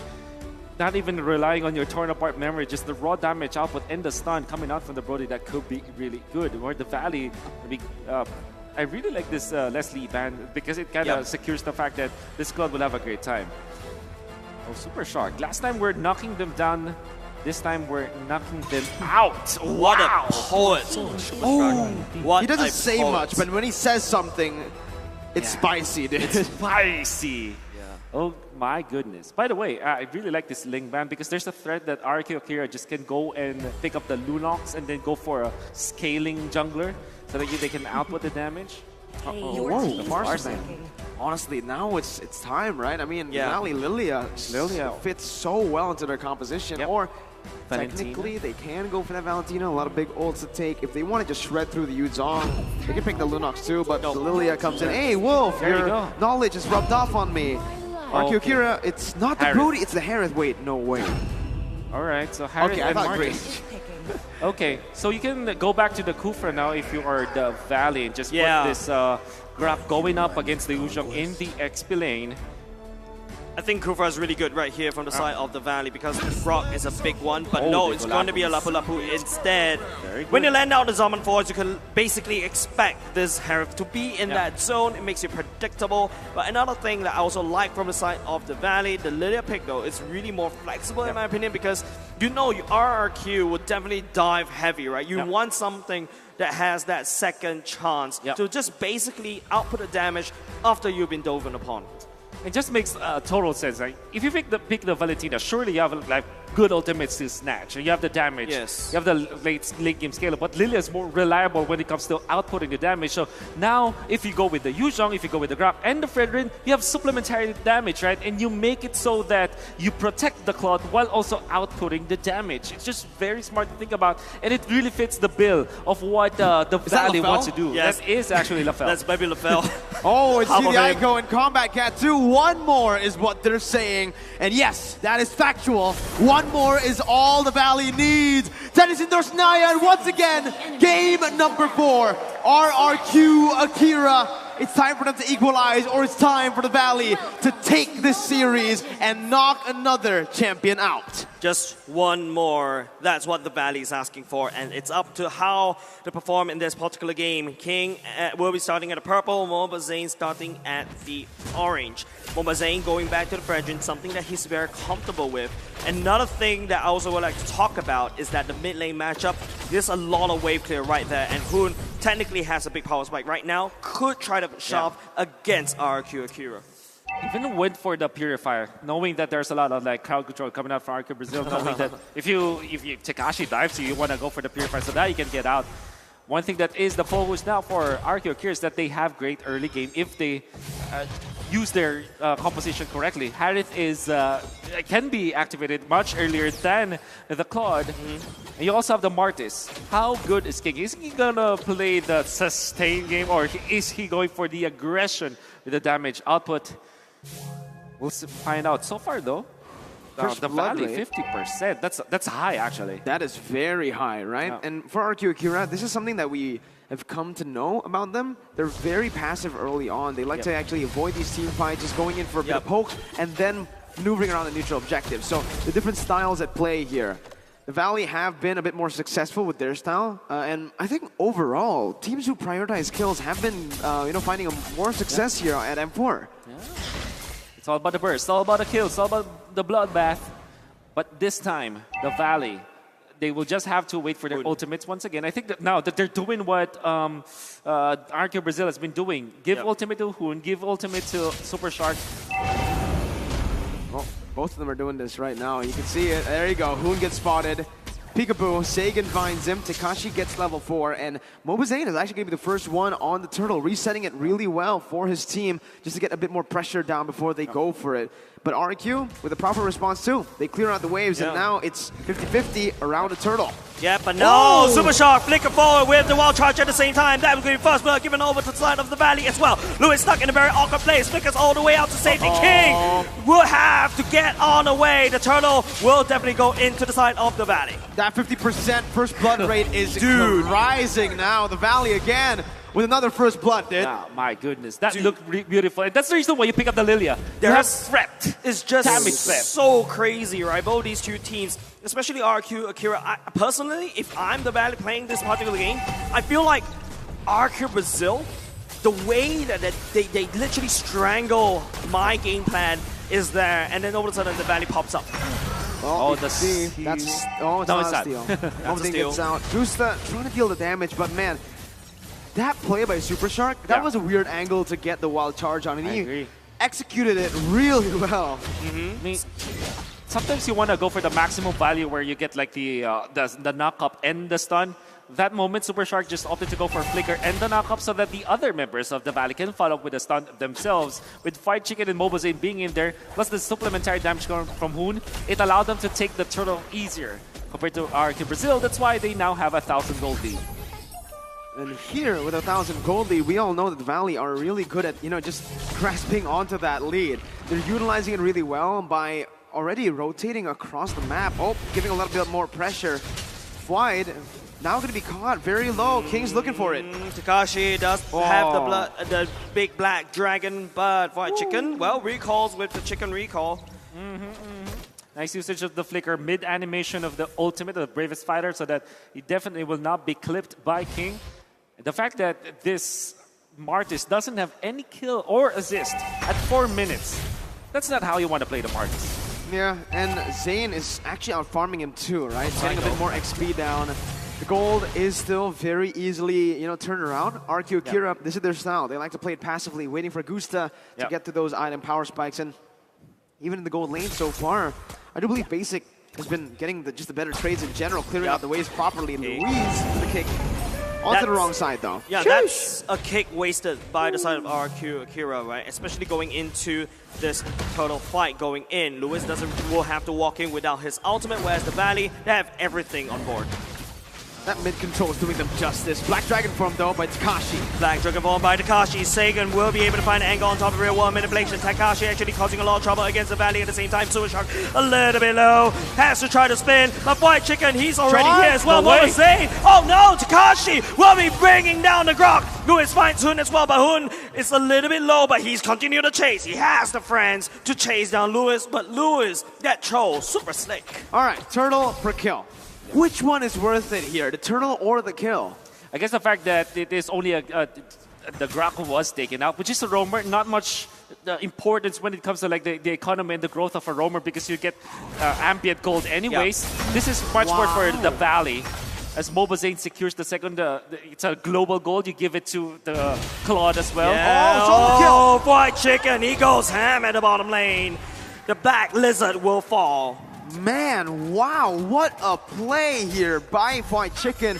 Hey, that's the flex. That is the flex. And speaking of flexing, Lewis, where are you gonna go? Hoon takes Lewis down right off the bat. So much flexing happening around the Valley. Oh, this is a problem. Super Shark now has got the Radiant Armor. He's going to be attacking through majority of the damage output of Rrq Brazil. Only physical damage output could come from a Martis as well as the Yuzhong, and they're not big bursts. They're not big chunks. They're not be able to be lethal against the Valley.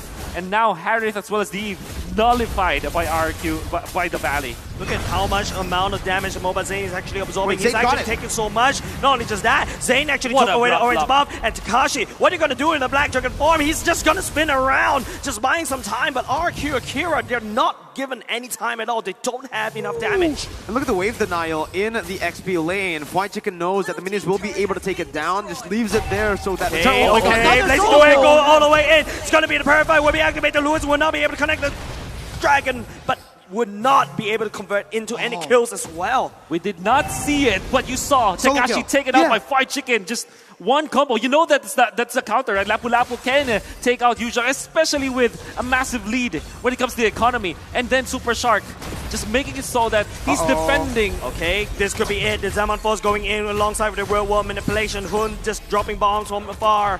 Takashi. No, the Valley was able to Zayn. defend, but Zayn, look at that in the mid lane. Holy moly. Man, so much aggression here. So many 1v1s happening across the map. And like you mentioned, Wolf, this is the second time that Takashi has been solo killed by Wide. And you can see there's the zoning from Super Shark. Super Shark going in the wall, charge as well. Basic focusing on the turret. White Chicken already engaging. The flicker. Lewis will be taken down as now King Destiny tried to spin away. That's one kill given over to the Valley. Chicken is on point, man. My goodness, he's feeling it right now. 4,000 gold lead. That's the third kill over and a flashy one onto Chicken.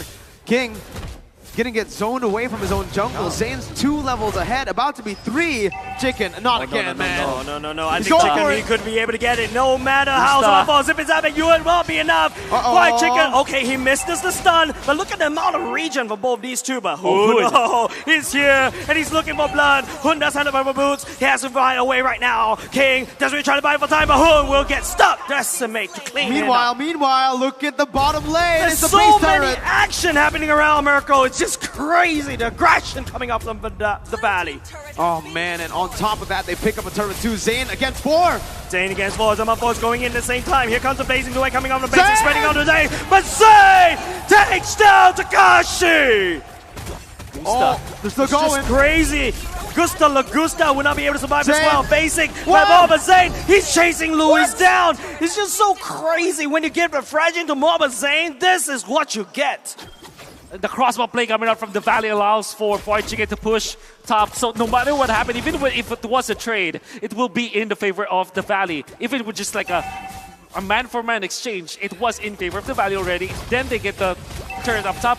Then they get Lord Influence. The Valley is just destroying the map of Rrq Akira. This game is theirs. It comes down to 3 winning lanes for the Valley, right? Yeah, Well, that's except true, for the gold that's lane, true. but with 2 winning lanes in the mid lane and the XP lane, that's just it.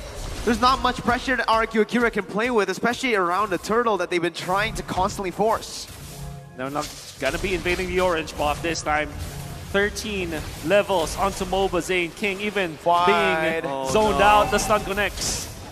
It's not going to be enough. The Marth is proven to be a little bit too elusive, but the Valley is picking up fights in Rrq Akira's side of the jungle. It's just, I don't know how to climb up from this. There's not enough damage coming out from Akira's side of the roster. Oh man, Zayn is feeling it again. You can see the buy, you can see the Kalas coming in. 3-man recall. Hoon, just join them. Just join. 4-man. Wide. No, he's not going for it, but that's a 4-man recall in front of the base of Rrq Akira. And they might just be looking to dive in right here, right now, with Lord marching down in that bottom lane towards the base turret that's half HP. The turret will, at the bottom side, will be able to be taken down. Look at how clumped up the Valley is. Lewis doesn't really dare to actually go into the Jikundo to knock people up. It's just nothing that Rrq Akira can do, but maybe this one, but I'm not too sure about whether Takashi wants to do this. Just want to clear the waves. At this point, defense is what Rrq Akira wants to do. They will just want to survive this, and they're doing it carefully. But you think about it, this is just 10 minutes into the game, and you have to commit so much just to defend. Yeah, they have to come in a little bit to make a lot, but White Chicken going in the back line, basic zoning out with the blazing duet. It's only just Gusta Lugusta left in the own line, but that's the knockout coming out. White Chicken get kicked. Super Shot will be there to take him down. Takashi will be picking up that kill. Real World Manipulation successfully defends Akira, and they survive for another fight. good value from Rrq Akira in terms of kills, but they did lose that base turret in that bottom lane. So honestly, it's still worth it for the Valley, and they're going to be able to seal away the purple buff. Okay, Zaman Force going in. Gusta is probably the only hope left for the side of Akira. But that's the holy hope that is already gone. And now Mobazane pushing on the Vantage King will be able to just get out of dodge for now. But Basic, look at them. They're hungry and they want the kills. 2-0, just as you say that Gusta is the last hope, he gets melted down by Basic. 4-0-4 on the Claude. Mobazane tanking the turret up, showing absolutely no respect. 9,000 gold lead, the thumbs up as well. They're looking for another turret. They're filling it, but Lewis, what can you do? You're kicking super shot all the way in the back line. It's going to be something happening in the real world manipulation as well. Gusta going in the double force. That's fried chicken in the back line, just wrecking some havoc. The damage coming Gusta could be the only saving grace, but it's up to whether he actually pick up a good fight. But here comes the invisible dragon coming out of Takashi. The Petrify going down, but here comes Blazing at the same time, doing some damage in the back line. But here comes also the Blazing Duet. No enough damage and not enough heal for Akira, and they winning the ball. Gusta trying to actually getting out, but that's not enough. The Valley is just stalling on Brazil. It is all over for Rrq Akira. The 4-man recall. The Valley knocks them out. It's another FPL champion under the belt of the Valley. The Slayers of MPL. The Valley, looking scary. Even in M3, we almost counted them out. Even in M4, we were counting them out during the group stage. And everybody just stepped up for the side of the Valley. They won each of their lanes. Fried Chicken was destroying Takashi. Many parts of that match. You see Super Shark just being so good at initiating, so good at providing vision for his teammates. Basic, knowing where to go. And Mobazane was actually the one who caught the Harris many times in this game. Underrated in this matchup and how he uses the Frederick. He knows where and how to time his knockoffs, his taunts. Hoon, of course, the massive play with the Lilia. Well, for the crowd here, for all the Valley fans, give it up one more time for the Valley as they make their way across the stage. Analysts, we're going to throw it back to you to dissect again what happened in this game. No big turnarounds this time. The Valley secures the victory. But with this, we also got to say it's been a long journey. Congratulations to Rrq Akira to make it this far. It was a noble fight, but now we got to break down the final match of this series. My name is Afel. Alongside with me is Leo, as well as the very excited Assassin Dave. Oh, it's the Valley, dude. The Valley, dude. Valley, dude. It's the Valley, dude. That was incredible, by the way. If Game 2 was debut for Chicken's Dead domination, Game 3, what can we say? I'm out of words, right? That was just one set. You don't see too much one-on-one kills the entire M4. And last game, you see Chicken just popping off left and right, getting kills at Tier 1 tower, extended all the way to Tier 2, close to the high ground base on the bottom side. This man is on a mission. Before we started the entire match, even we talked about it in the earliest stages of this analyst, where I wanted to see Fried Chicken as well as Takashi, because for Rrq Akira, Takashi is really the one moving the entire game, but Takashi couldn't do much. Yeah, no, Astro Thunder is out of his depth here. If you think about it, on a man-to-man basis, if you're counting all the roles, all the lanes, game start, Rrq Akira was just already out of it, right? So there was only one way that they could come around after the draft is they have to go fast, right? They have to make sure that Gusta gets the perfect box, set up that Zaman Force, and then win lane from there and then turn into fights. But here it just didn't happen. Again, you mentioned Fried Chicken was popping off with those 1v1s. Shark set up so well with the ults, and the numbers is going to show you that 12 minutes 45 so fast. It's very difficult to come back from this. I gotta say, for this game, it's very clear how Rrq Akira before this, they won of the crazy comeback of the chill pickoff. But in this game, it's so difficult because looking at the draft coming in from the Valley, both Hoon as well as Basic, they're both using the Purifies. So catching them is almost impossible. And if you try to catch Hoon, he also has that black shoes. There's no way for the Valley to be caught off guard. Yeah, on top of that, Valley this game played together really tightly. Their rotation are close up, they're tight, are tied up together. It's really, really nice, really, really clean game come out from Valley. And I gotta say, if you look at the items coming out from Basic here, he didn't really have any defense at him at all. It's pure damage, right? The last item, he's going for immortality, but again, he didn't get over there just to show you, because usually the goal lane items reflects how much advantage your entire team has, and just show you how much goal lead they have throughout the entire game. It's come to the point where, again, King, the way he builds his jungler, plays an integral role in how the rest of Rrq Akira performs, right? If you're looking at this Martis, it's 100% kill participation, yes, but it has to be maybe more than just participation because they didn't get any kills. I think we were looking at, what, 5 or 6 minutes in, and was it Wolf or someone on the desk saying, yeah, that Martis has 0 kills right now. That's not what you want. Yeah, because I kind of feel like almost the setup as well is not really there because watching the game sometimes is a little bit uncoordinated where Luis is there. He's ready to catch someone, but no one is really there to really follow up. And I got to say, the carry, Gusta Lagusta, we've seen moments where he activated the Zaman Force, he has the damage, but there's no one really there to peel for him. So he's just super vulnerable towards the damage. And I kind of feel like that uncoordination in this last game in the series really detrimental towards their game. Compare that to how Basic played, right? You mentioned how he does not have any defense items, which you're so used to seeing Claude's pick up a casual Athena's shield, right? Or an immortality even. This just shows that the way the Valley drafted and played this game, Basic was just free to do whatever he wants. Even when Tekashi finds him, they know that he's already run out. He's spent his ult, he's spent his Petrify, and then he just needs to relocate with the BMI and then wreak havoc into the backline of Rrq Akira.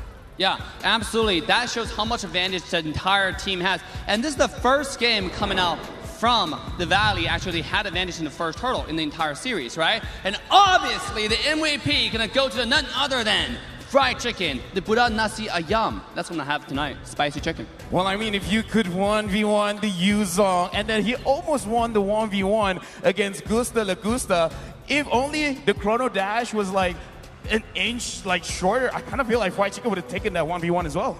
I don't think no one won that 1v1, so I'll take that as a win for Fried Chicken. The fact that he sent back home Gusta Lagusta, I think this is from the top lane if I'm not mistaken. Looking at the build, he's going for hybrid here. He has some defense in the Dominance Ice, and then he just went sustain plus some penetration in the Hunter Strike and the Bloodlust Axe. The fact that, again, his stats are relatively average for a game wherein he popped off explains a lot given that he is an XP laner. And most importantly, his mechanic on level up was insane, right? You saw on top side when Harith about to kill him, he was able to use the passive dash to minion to dodge the skill 1. And let's take a look at the heat map from 5 to 10 minutes. Start off from EXP lane, have a lane swap going to the top side, and you can see a lot of activity and then come back.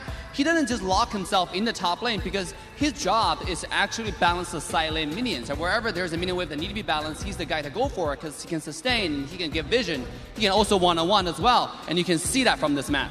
Honestly, this team, I am colorblind, but he's not in his own jungle. He's always in Rrq Akira's place. Like, he's in their waves, in their jungle. Like, he forgot where his base was. Yeah, no, looking at it as well, I was just thinking, yeah, that's normal. He's trying to help Zayn get some far, but no, he was the one actually who was actively invading, and then come midway through, he was the one actively jumping through. And really, who was there to punish him, right? Yeah. King wasn't going to punish him. Gusta Lagusta wasn't ready quite yet. Luis wants to kick him, but that's the worst possible target from the Valley, maybe second to Shark. So yeah, no, Fried Chicken really put so much on the map for Rrq to deal with. But hey, look at this highlight here. They just show you that even 4v5, Valley was winning without Chicken, right? But going forward, though, I mean, even though we're watching the highlight, Valley will be facing either Onyx or Echo Esports. I mean, that looks kind of scary going forward. Is this split pushing strategy coming from Chicken going to win them the game, or are we going to see something different? Now, honestly, looking at this, I understand what you're saying, but again, looking at the highlights, we can definitely see Rrq Akira losing a little bit of that focus because time and time again, Gusta Lagusta dashes in front.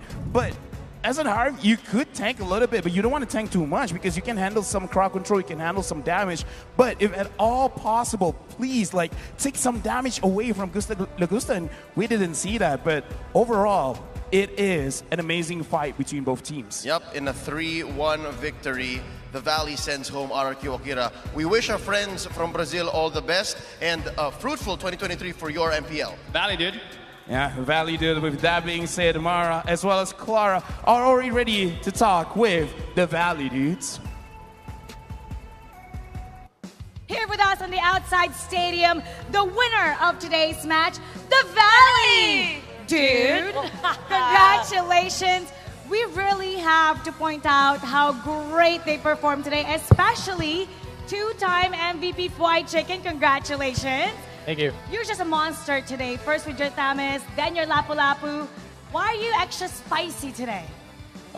We knew Brazil likes to focus their goal lane, so I kind of knew in my head I could do whatever I want as long as I have the winning matchup. Extra aggressive. Oh, Just yes. killed the Beatrix, destroyed it. Dan bagaimana dia bisa bermain sangat agresif dan dia tahu betul bagaimana Brazil main dan itu terbukti kali ini mereka berhasil untuk balas dendam. This time, this is like your revenge from the group a day before and you dominant all the way for the 3 games, only 3-1 score and even more dominant than yesterday. What do you think about this match? I think not much of it because these matches up until this point, since we've gone to the loser bracket, they've all just been stepping stones up until this next match for us. Like, I would say the real M4 would start right now with Onic and Echo, and then us going versus whoever loses versus that. The real competition, there's just a stepping stone right now. The real competition starts after this. Okay, you know what? Fine, since we brought that up, you're going to be going up against Indonesia or Philippines. Those two teams are dominating right now. And it's not just fighting the team, you're also fighting the fans. They have the most fans out of everybody. So if you were to choose between the two, who do you think you'd rather have in the next match? Onic or Echo? Echo. Why Echo? Go ahead. Everybody I like can say. Onic more. You like Onic? You guys are friends with him? I don't really know either of them. I don't know, kind of like Onic more. Okay, let's pass the mic. Okay. Go ahead. Dia lebih suka Go ahead.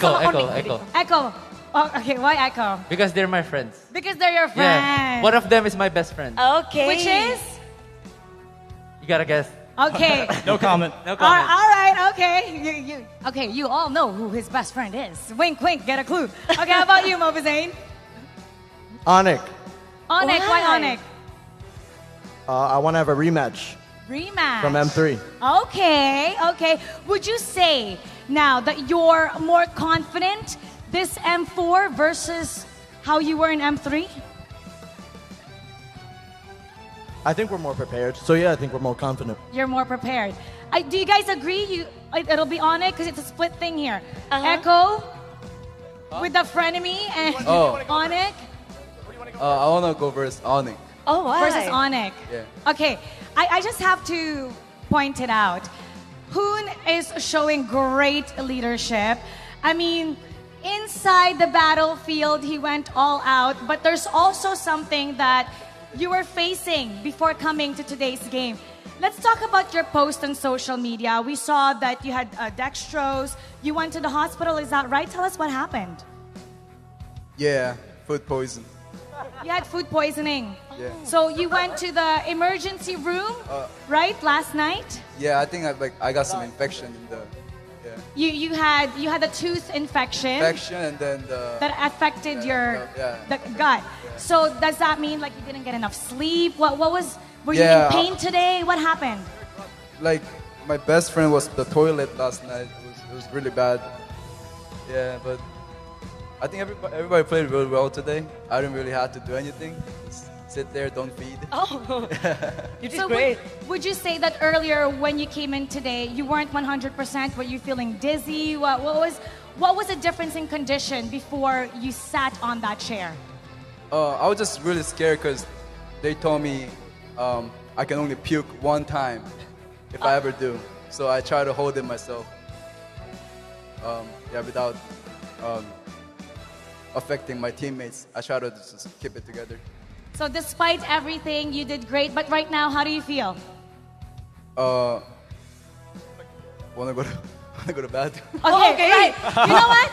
Get well very soon. Oh, God. Clara, let's end Yeah. this interview real quick because right. Hoon has got to go meet his best friend. Yeah, you can run now. You can run now to the bathroom. Congratulations. Of course. Run. Yeah. Okay. Thank you so much, Diwali. Thank you so much. Valley. Yes. Thank you so much. Oh, Jeff, Go ahead. I'm